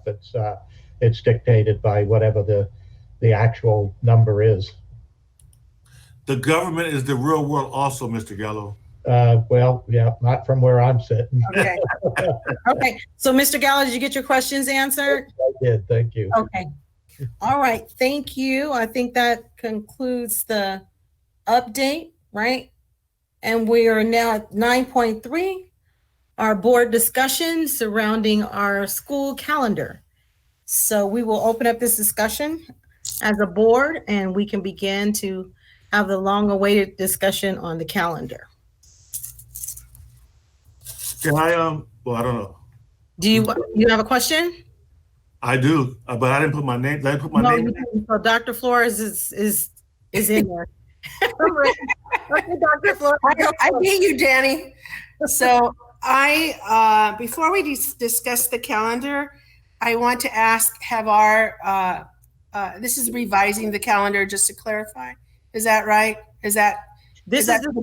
Yes, this is a discussion that we had the previous meetings talking about perhaps starting later. So this is a discussion just with the board. We know we have not met with the others, the committee, but this is where we're going to give some input as to why. Well, I highly recommend that our SBTA be first included in terms of changing all our unions, our CSEA, all our unions need to, because we already approved a contract with the calendar committee. Correct. And given the circumstances, I think that we have to negotiate that with them first before we even move forward as a board, because we need to have their recommendation as well. So Dr. Flores, I agree with you. I know the first meeting, we kind of talked about it, then it came back and there was a request to agendize it. But in my comments, I also said that is important because we need to have them weigh in as well. Plus, we really don't know, going forward, whether it's going to be delayed, whether it's going to be sooner. But I think the board, Mr. Tillman wanted to give some input as to the Well, I benefits. have an additional comment. We could have contingency plans, but we need their input because Absolutely. they are our teachers, they are our staff, and they are our police. And we need to really, I would recommend we have different contingency plans just to anticipate what might happen and move forward. But that would be part of our discussion. But I don't think we should make a motion tonight or anything regarding until we hear from them. That was my comment. And again, it's a discussion board. So Yes. Okay. Mr. Great. Tillman, I see you on there. You ready? I am ready. And, Okay. and I'm the one who asked to have this agendized. And I think it's important to for all of us to be on the same page. I fully expect that the governor is going to give some direction to districts on when to start and how to start. And if he mandates that, then that's the direction that we have to take. But I think we should look at as much flexibility as possible to ensure that our students and staff are safe. So once we get the word, I think we call an emergency meeting, we come together and we decide how we're going to provide an education based on what we have to do as a minimum to get the funding, right? And then from that point, go about learning in the safest environment possible, which I think is going to include making sure we make special provisions for the groups of people that I mentioned earlier. That's the part I'm most concerned about.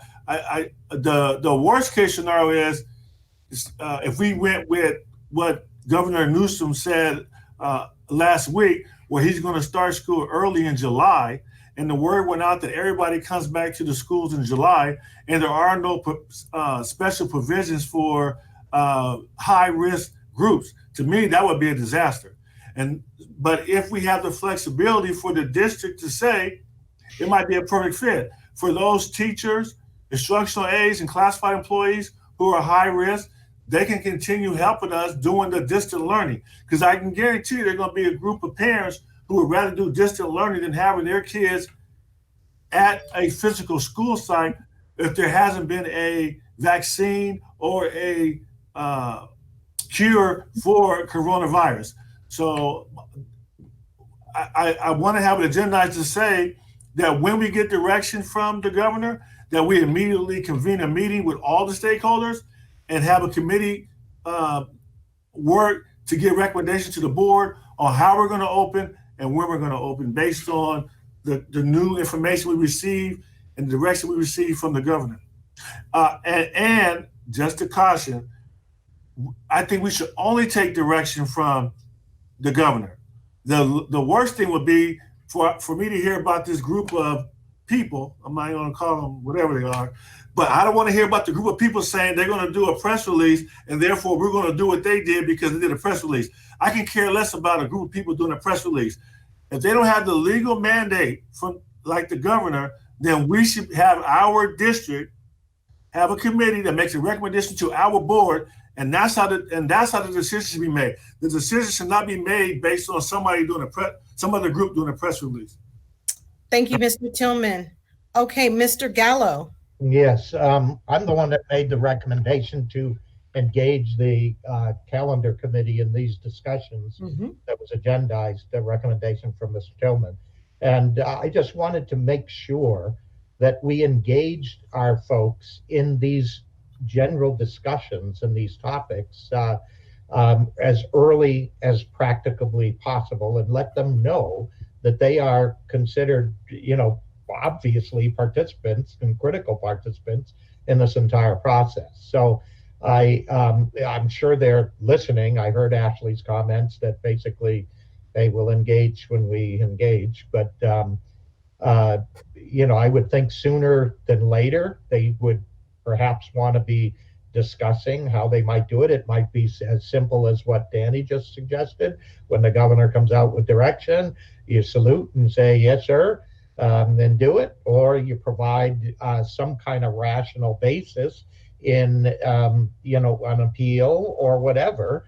And I'm just saying the earlier that we get that feedback and kind of our general conditions identified, the better. I mean, I'm all for starting school as early as we possibly can. Just get people back. If people don't feel comfortable going, they're not going to go, no matter when you're going to do it, vaccine or no. And I just say get back to normal here. But in any case, my recommendation is that we engage the calendar committee or representatives of that committee in these discussions as early as possible. Can't force them to participate. They don't want to participate, great. Then we'll just wait to receive orders from our state without having vetted them ourselves and had just our own ideas even put on a piece of paper. Did you consider X, Y, Z?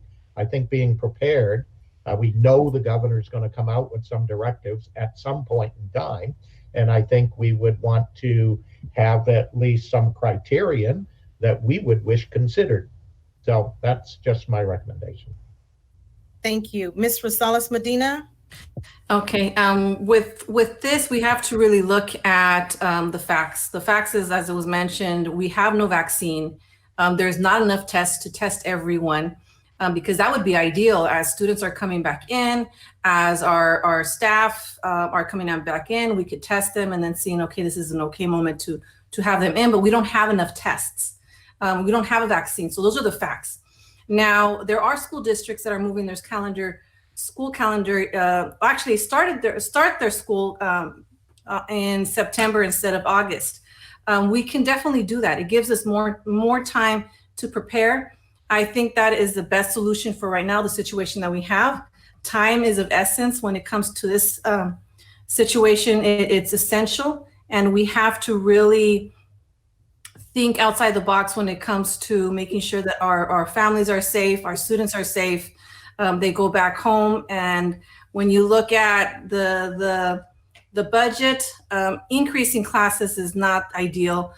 Going back to the way the class size is right now, which is for high school 36:1, is not ideal.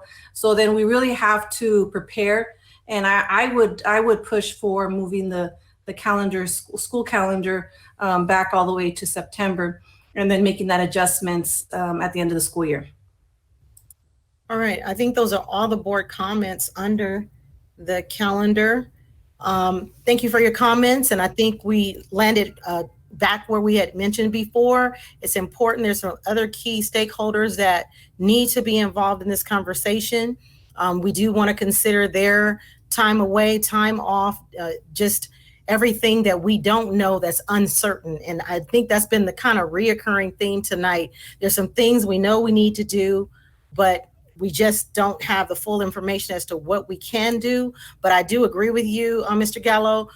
There can be a meeting to at least engage in the conversation. I think that's what we said at the last meeting. So hopefully the district can kind of get together with the committee, formalize that so that there is some discussion taking place, so that that information can be fed back to us, so we can kind of have an idea of what, the feelings are starting later, versus sooner. We know sooner than later even didn't go well in some discussion that came from, the legislators. So, all right. So we will do that, and we will move.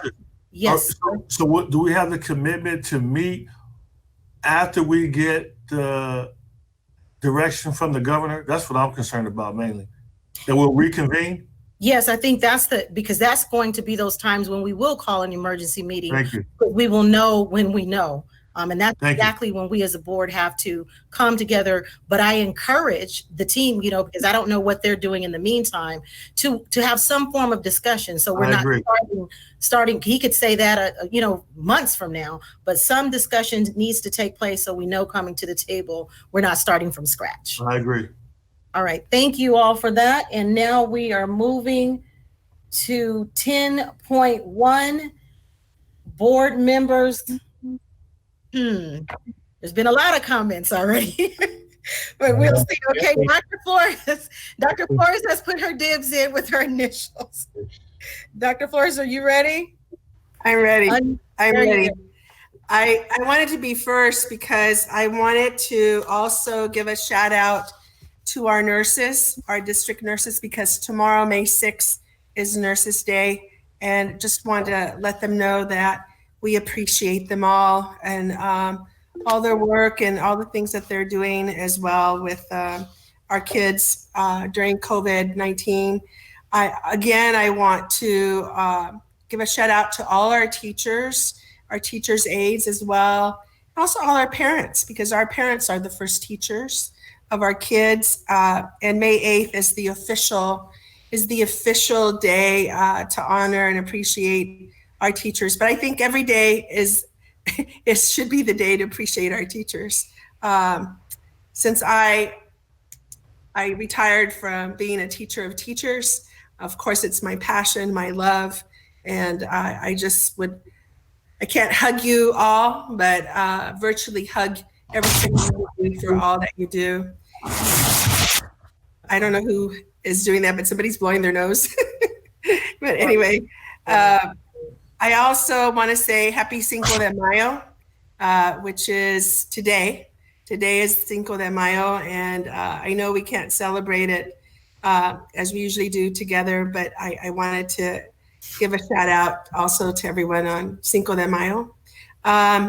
Today I participated at the beginning of both FLIs, and I mentioned there was over 80 participants. The first one was in English, the second one was in Spanish. It was just tremendous to see all our parents. And like Mr. Tillman says, the opportunity that our families are having with their Chromebooks, and our parents learning how to log on, how to even log on to a Zoom meeting. My goodness, that's tremendous. I love it. It was just really a great opportunity.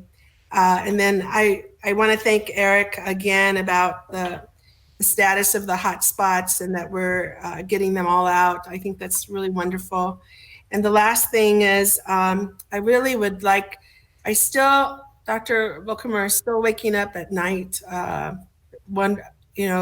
panic about our kids getting food. I think about, Neil Roberts area. It's very, very poor. And I don't know I really don't know what school is nearby, but that area is really high in poverty. I think about Vermont. It's over 700 families in Vermont. And I know Muscoy is there, but Muscoy is really far from Vermont, from the Vermont area. I think about Salinas and Rio Vista. Rio Vista is also very poor on the west side. And and Salinas is way across the other way. So, I know you opened up other ones, but I still see that we're feeding 5,000 now, which is up from 2,000 something, close to 6,000. However, Janie said we used to feed 40,000. So there's 34,000 kids that aren't receiving meals. So I'm really concerned about that. So could you please consider, opening up other sites where our kids are? So that's it. Thank you very much, Madam President. Thank you. And Dr. Flores too, we do send shout outs to there are a number of our community partners that were doing after school programs. And I saw the recent list, and right there, I know Acoma is doing some work, and I know the others that Dr. Hill, mentioned. So they are stepping up as well. So there's a lot of feeding going on. And what I have seen is a lot of the locations, as was mentioned earlier, PAL Center. So it's a lot. I think at this point, we again want to encourage our families or anyone that know if someone is having, unable to eat. I mean, because that's kind of the number one thing that I'm seeing every day that's increasing in the community of people's willingness to get food to individuals. So we want to continue to encourage that, but we want to applaud those that have stepped up, and I'm seeing more feeding going on from our current partners as well. So I did, Madam President, I did talk to Mama Kim at Acoma, and she said they're feeding about 100 and some, but I think Rio Vista has close to 500, Dr. Volkamer, or 600. Which behind them they're probably going to MLK as well. But right, but I'm not sure because 40,000 and 34,000 are not being fed. So I hope. Yeah, I don't know. That's not a good. I see what you're saying. Yeah. So thank you. Okay, Mr. Tillman. Yes, and Dr. Flores, I know the PAL Center is doing 3,000 meals a day at 3 different sites, but that's total. They're doing 3,000 a day. So that cuts it down to 30,000 now, 31,000 that are not being fed. No, well, hopefully I know some of the whole goal for the district in the very beginning was to make sure any kid that needed food would get it. So if we hear there's an area that we need to open up. Right. That's all I'm saying, Mr. Tillman. We need to open up more areas because they're, our West Side, they don't have cars, they walk. I mean, it's, so I'm telling you, I wake up at night. Okay. So. And then today is Teacher Appreciation Day, so I wanted to say thank you to all the teachers that are working tirelessly to help educate our children, and it's Teacher Appreciation Week. So I encourage everyone who knows a teacher to thank them for the work that they are doing now and have done for many, many years. Right. I want to thank all the parents and the students and the district employees for being patient through this time. This is new to all of us, and if we all work together, we'll continue to be successful. And just be patient. If things don't seem right, ask the question. Maybe something we didn't think about. And we're humble enough to understand that we don't know everything, but we'll do our best to meet your needs. I hope that I put a call in today, and maybe Dr. Volker, we can work on something, because I didn't know. For instance, I called Cajon today, and I got the voice message. Now, I didn't think that I should leave a message, and maybe we can do something to have one phone number at all the sites that's going to a person during the school hours. And if the staff doesn't want to use their own phone, even with the Google Voice, then maybe we should provide them a mobile phone, because to do it for 70 mobile phones won't cost a lot. I know at the county, we buy so many phones, we get them for free. We get to pay the $40 a month. But for this time period, it'd be worth it to do it. When you call a school site during the normal business hours, it'd be great to have a person answer the phone and direct you to how you can get help. And I called to find out about cap and gowns. So I ended up talking to Ms. Cunningham, and she informed me that Cajon is going to give out cap and gowns on May the 12th and the 13th. But I think it'd be a good idea to notify all the parents that we're going to provide cap and gowns and make them available to their students, because a lot of the parents are still going to be able to take pictures of their students and have their own personal celebrations for the graduating seniors. So if that's possible, I think it'd be a good thing. And that's it for me. Thank you very much. Thank you, Mr. Tillman. Oh, and just so I'm clear, we are going to have a traditional graduation for all seniors. When we get the clearance from the officials that we can do it in a safe manner. It's very important to add that part. Yes. Yes. Thank you. Okay. I did not see any other board members put their initials in there. Does that mean you have no comments at this time? No, I have a comment. Oh, I have a comment. Okay.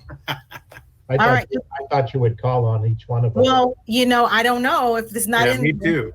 Okay, so Dr. Hill, okay, go ahead. Dr. Hill put hers in there. Oh boy. Dr. Hill? Well, thank you. I didn't put it in because I just thought you were going to just go down the line and do the rest of us. But thank you, Madam President. Just a few things. Again, I want to, be thankful to our teachers, our counselors, our nurses. And I appreciate so much the schools that's on social media. They are showing their singing talents or lack of singing talents and dancing. It's really fun and it's really cute and it's really neat. But continue doing that, not only for the staff, but for the students and the parents as well. And Ms. Wadia, thank you for highlighting our graduates. I think that's absolutely wonderful. When it comes to the food, I just want to share that Community Action Partnership has sections, and every month I'm not on all the social media, I'm on Facebook. I always share where the locations are where parents can pick up food. And I just want to conclude with a message that I got from Mr. Eastwood, who is at Pacific High School. And this comes from a student of his. He said, I see COVID-19 as a parasite that kills anything in its path. Reminds me of something I've seen in a game. but times have been hard. My dad doesn't have a job. My brother, sister, and I are working. Times are tough, but I know we all will push forward, and this COVID-19 thing will be a thing of the past. With all this happening, I've been woken up to the real world. I always said, oh, it's going to be easy. Boy, I was wrong. This pandemic has woken me and opened my eyes. Things are really painful. And I just want to say to this student, our sentiments as well. And thank you for sharing this with us. Thank you. Thank you, Dr. Hill. And Dr. Wyatt? Thank you, Madam President, and a lot of great comments from my colleagues. And I just want to thank all of the Executive Cabinet for their wonderful reports, and obviously a lot of information, a lot of comments, and sometimes I try to reserve my comments so we don't go on forever at night. But you know, what we did see is quite a bit of uncertainty in a few areas of our future, and so I think we always should err on the side of caution. When we talk about our budget, and we're looking at our calendars, and always put safety first. But what I do want to say is that and echo what Danny and many of us have said already, is that we will definitely have a graduation. And one thing that I've been paying attention to a lot tonight, because a lot more people out there watching than we could ever imagine, which I think is awesome. First of all, folks, thank you for watching us. But is this just this great site? And I'm going to keep talking about them because I think they're amazing. That's Adopt a City of San Bernardino Senior Class Graduate on Facebook. And the reason why I say that is because, I've been watching them tonight, and I've noticed just in the last couple hours, quite a few parents and students who've posted their wonderful sons and daughters and relatives for folks that could be adopted as a graduate. And just want to know I did as well right now, and I'm challenging my board members and colleagues out there to adopt a few of our seniors and help celebrate them, because I think that's just a wonderful thing that our community is doing again. But other than that, I think my colleagues have covered quite a bit of this that we've talked about all night, and just looking forward to hopefully ending our year on a very positive note, and looking forward to continuing our distance learning. And I think we've already heard quite a bit from our executive cabinet on how we're going to be entering next year as well. It's going to be some challenging times. And as Mr. Tillman said, please be patient with us, because I think our staff and our folks, including this board, are doing the best to our ability, and we always put our children first, and we care about their futures. So thank you to everybody involved. And again, we're all in this together. Thanks, Madam President. Thank you. All right, I believe Mr. Gallo. Yes, thank you, Madam President. I just have a couple of comments. One, I'd like to see us actually incorporate in the board docs as attachments all of the briefings that are presented, so that everybody has access to those things. That instead of emailing them after the fact or whatever, it should be a relatively simple thing to post them whenever they're received to board docs. And I'd just like to see that occur, not only for us, but members of the public, et cetera, so they could see those briefings and you could study them. I can't really see them that well on my laptop that I'm here viewing stuff on. So I kind of miss a lot of it. And, I try to listen well, but sometimes you can't really study the details of the charts and stuff. So it's helpful for me anyway. And then I'd like to also echo my colleagues'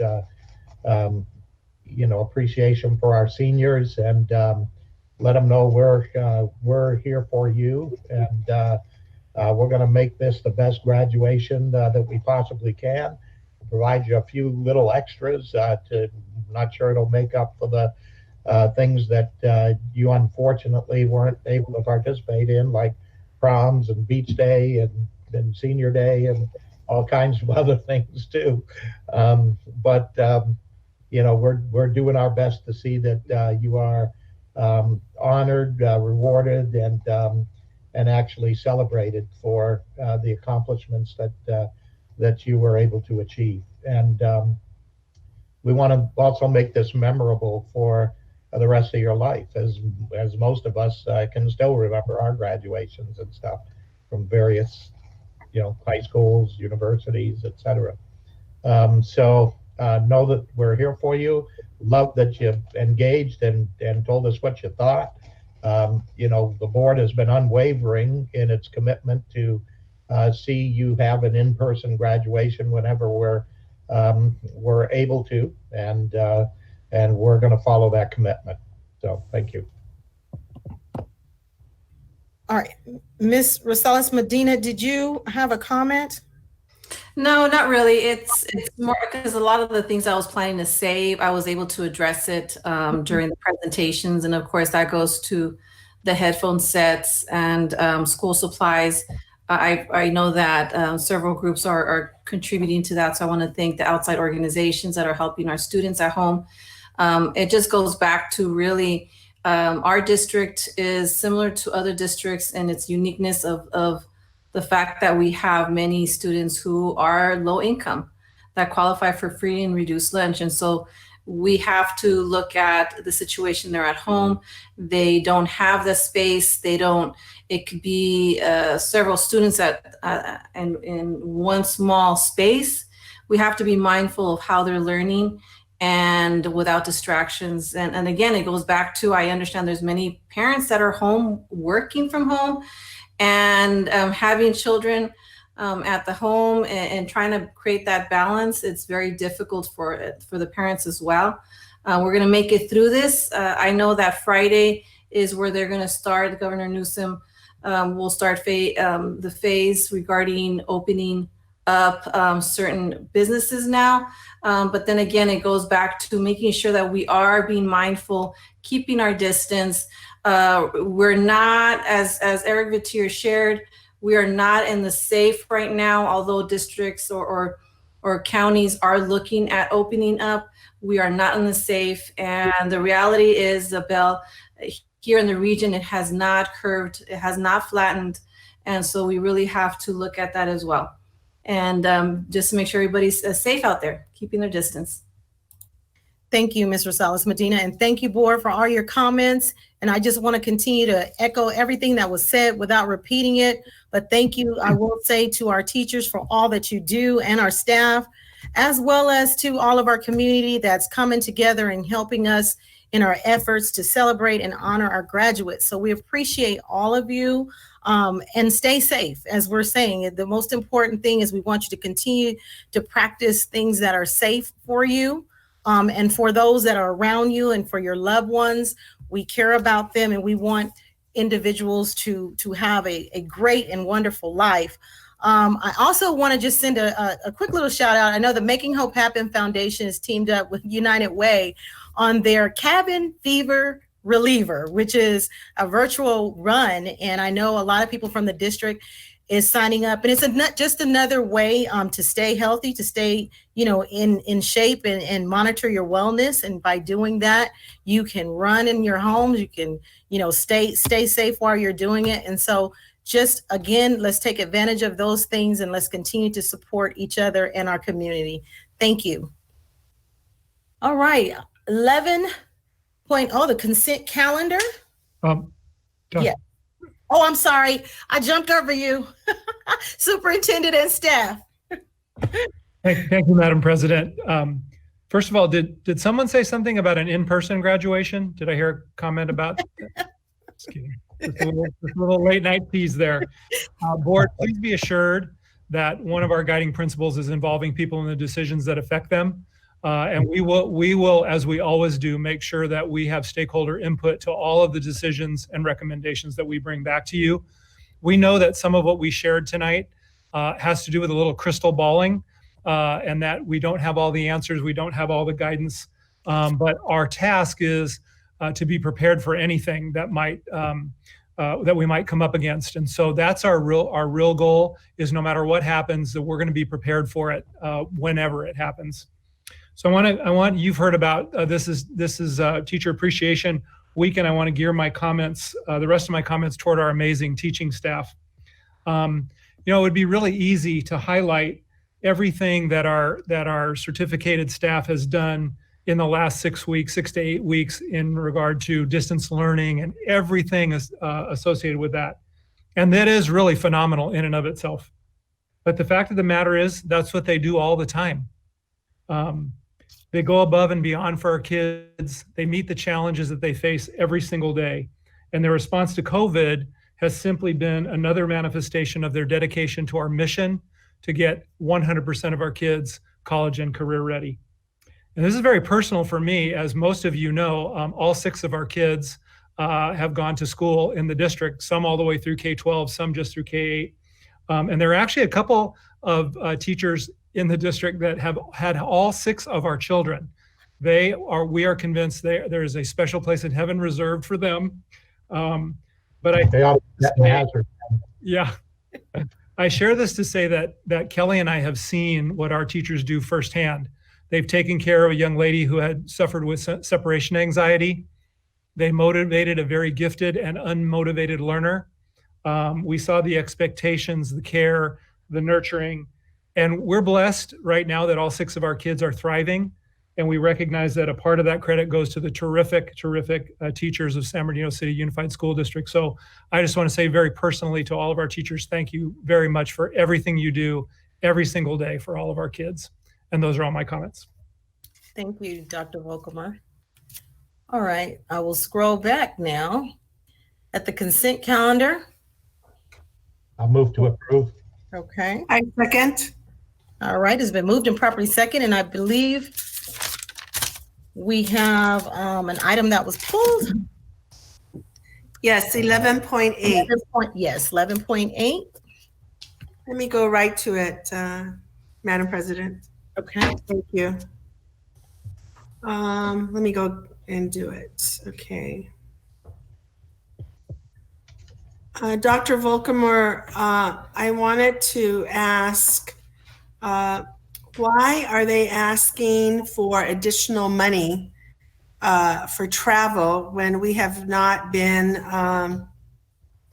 in session, and they're in Seattle, so I don't think, and we're trying to save money, so that's $7,000.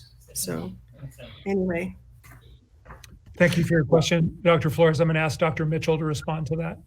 Hey, thank you, Dr. Flores, for the question. This group has been working with us for the past couple of years. They have been assisting us in identifying kids who would do well in IB, AP, honors classes that would normally be looked over. These costs are for past expenses, and we're just settling the debt. So it shouldn't be it shouldn't be approved, or it is amendment, or is it ratification? It's an amendment. If it was already incurred. Yeah. Right? So their expenses exceeded their initial proposal contract. Our contract office called it an amendment. Okay. We're so going it's with an amendment? Yeah, we're going with Debbie's language, and in any case, it's already happened. It's just for travel costs, and this is settling the debt. Right, okay. And I also want to make a comment. I've heard from various teachers and students that they really don't help them. And I would hope that we evaluate this particular group to make sure that they in fact are supporting our students. I find it that I usually don't get comments like this, but they are not performing and helping our kids. So I really want evaluations from the kids about these guys, and also from our principals, and also from our IB people. Okay. Yeah, just as we said earlier, going through budget cuts, all of our contracts will be evaluated for effectiveness going forward, but certainly this will be part of that evaluation as well. Thank you. Because it's a lot of money. It's over $72,000. So, okay, thank you. Okay. So moved. Second.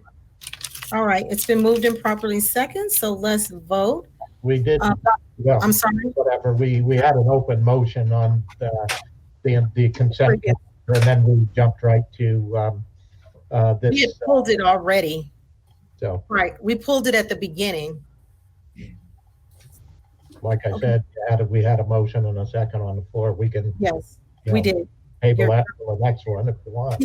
You're right. We had the previous one. We just was discussing the item that was pulled. Dr. Flores?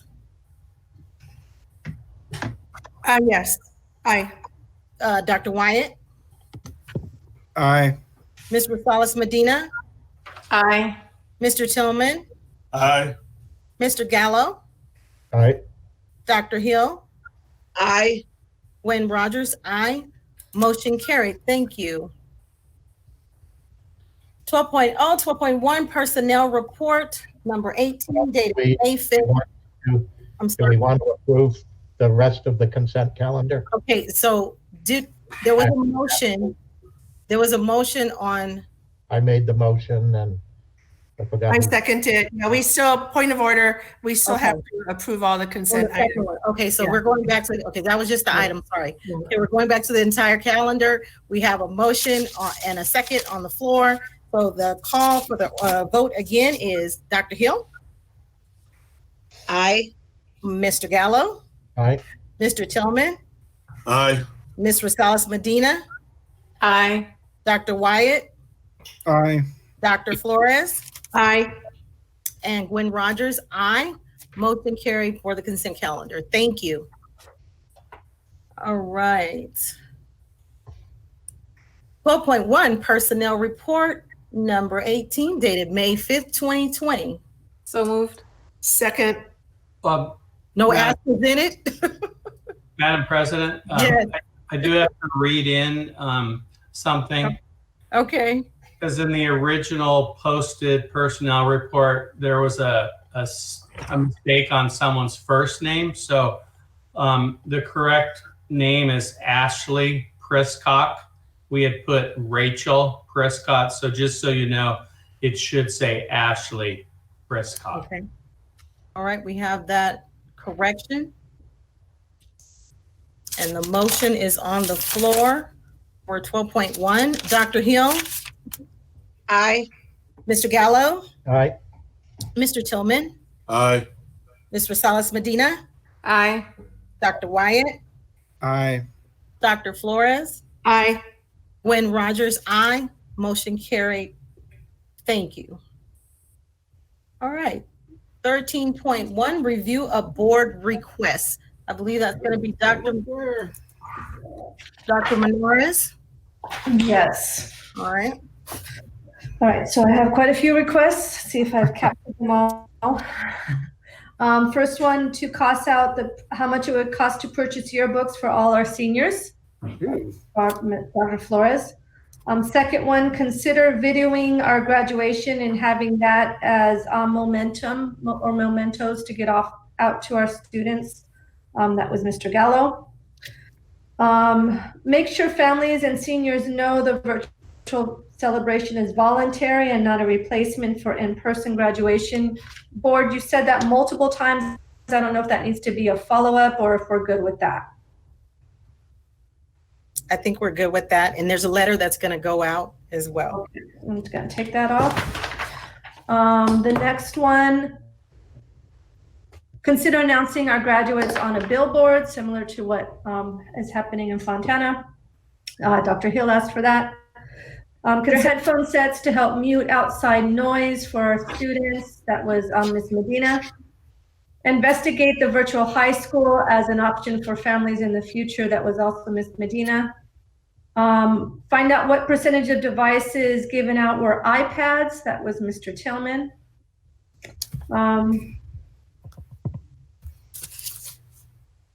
Find out the savings from retirements and not filling vacancies. That was Dr. Flores. Consider early retire incentive and how much we would save. That was also a request from Dr. Flores. Look at contracts that don't provide direct services to students as potential savings. That was Ms. Medina. Agendize taking the direction from our governor to form a committee and make a recommendation to board for the start date. I think I captured that correctly. Consider opening additional locations for meal distribution. Dr. Flores. Find a way to have a person answer calls at each school. A person like actually answer the call. That was Mr. Tillman. Notify all parents that the cap and gowns will be provided. That was also Mr. Tillman. Incorporate on board docs as an attachment all our presentations. That was Mr. Gallo. And I believe that's it. Okay. Any comments or questions or? Move to adjourn. Excuse me, I had another question. Go ahead. Dr. Monitis, did you also include to put what the carryover was going to be? The amount of carryover? Let's see. For the budget? I will add that, Ms. Dr. Flores. Thank you. Okay, that was it. Okay, I second Mr. Tillman's motion to adjourn. Okay. All right. Well, we're going to move to. I reject that notion. It doesn't matter because you're going to still have to talk some more. So, all right. Well, we're going to adjourn the meeting. We know that our next regular scheduled board meeting is May the 19th. We'll be here, same place, same time. And remember, as Dr. Wyatt said before, we're all in this together. So, board, we're going to. I'm sorry. This is Margaret here. One comment. Just want to say Happy Mother's Day to all of our staff, parents, and community members. Happy Mother's Day. Happy Mother's Day. Thank you. Excellent. Thank you for that. Feliz Dia de las Madres. A todos. Sí. All right. This meeting is adjourned. See you on the other side.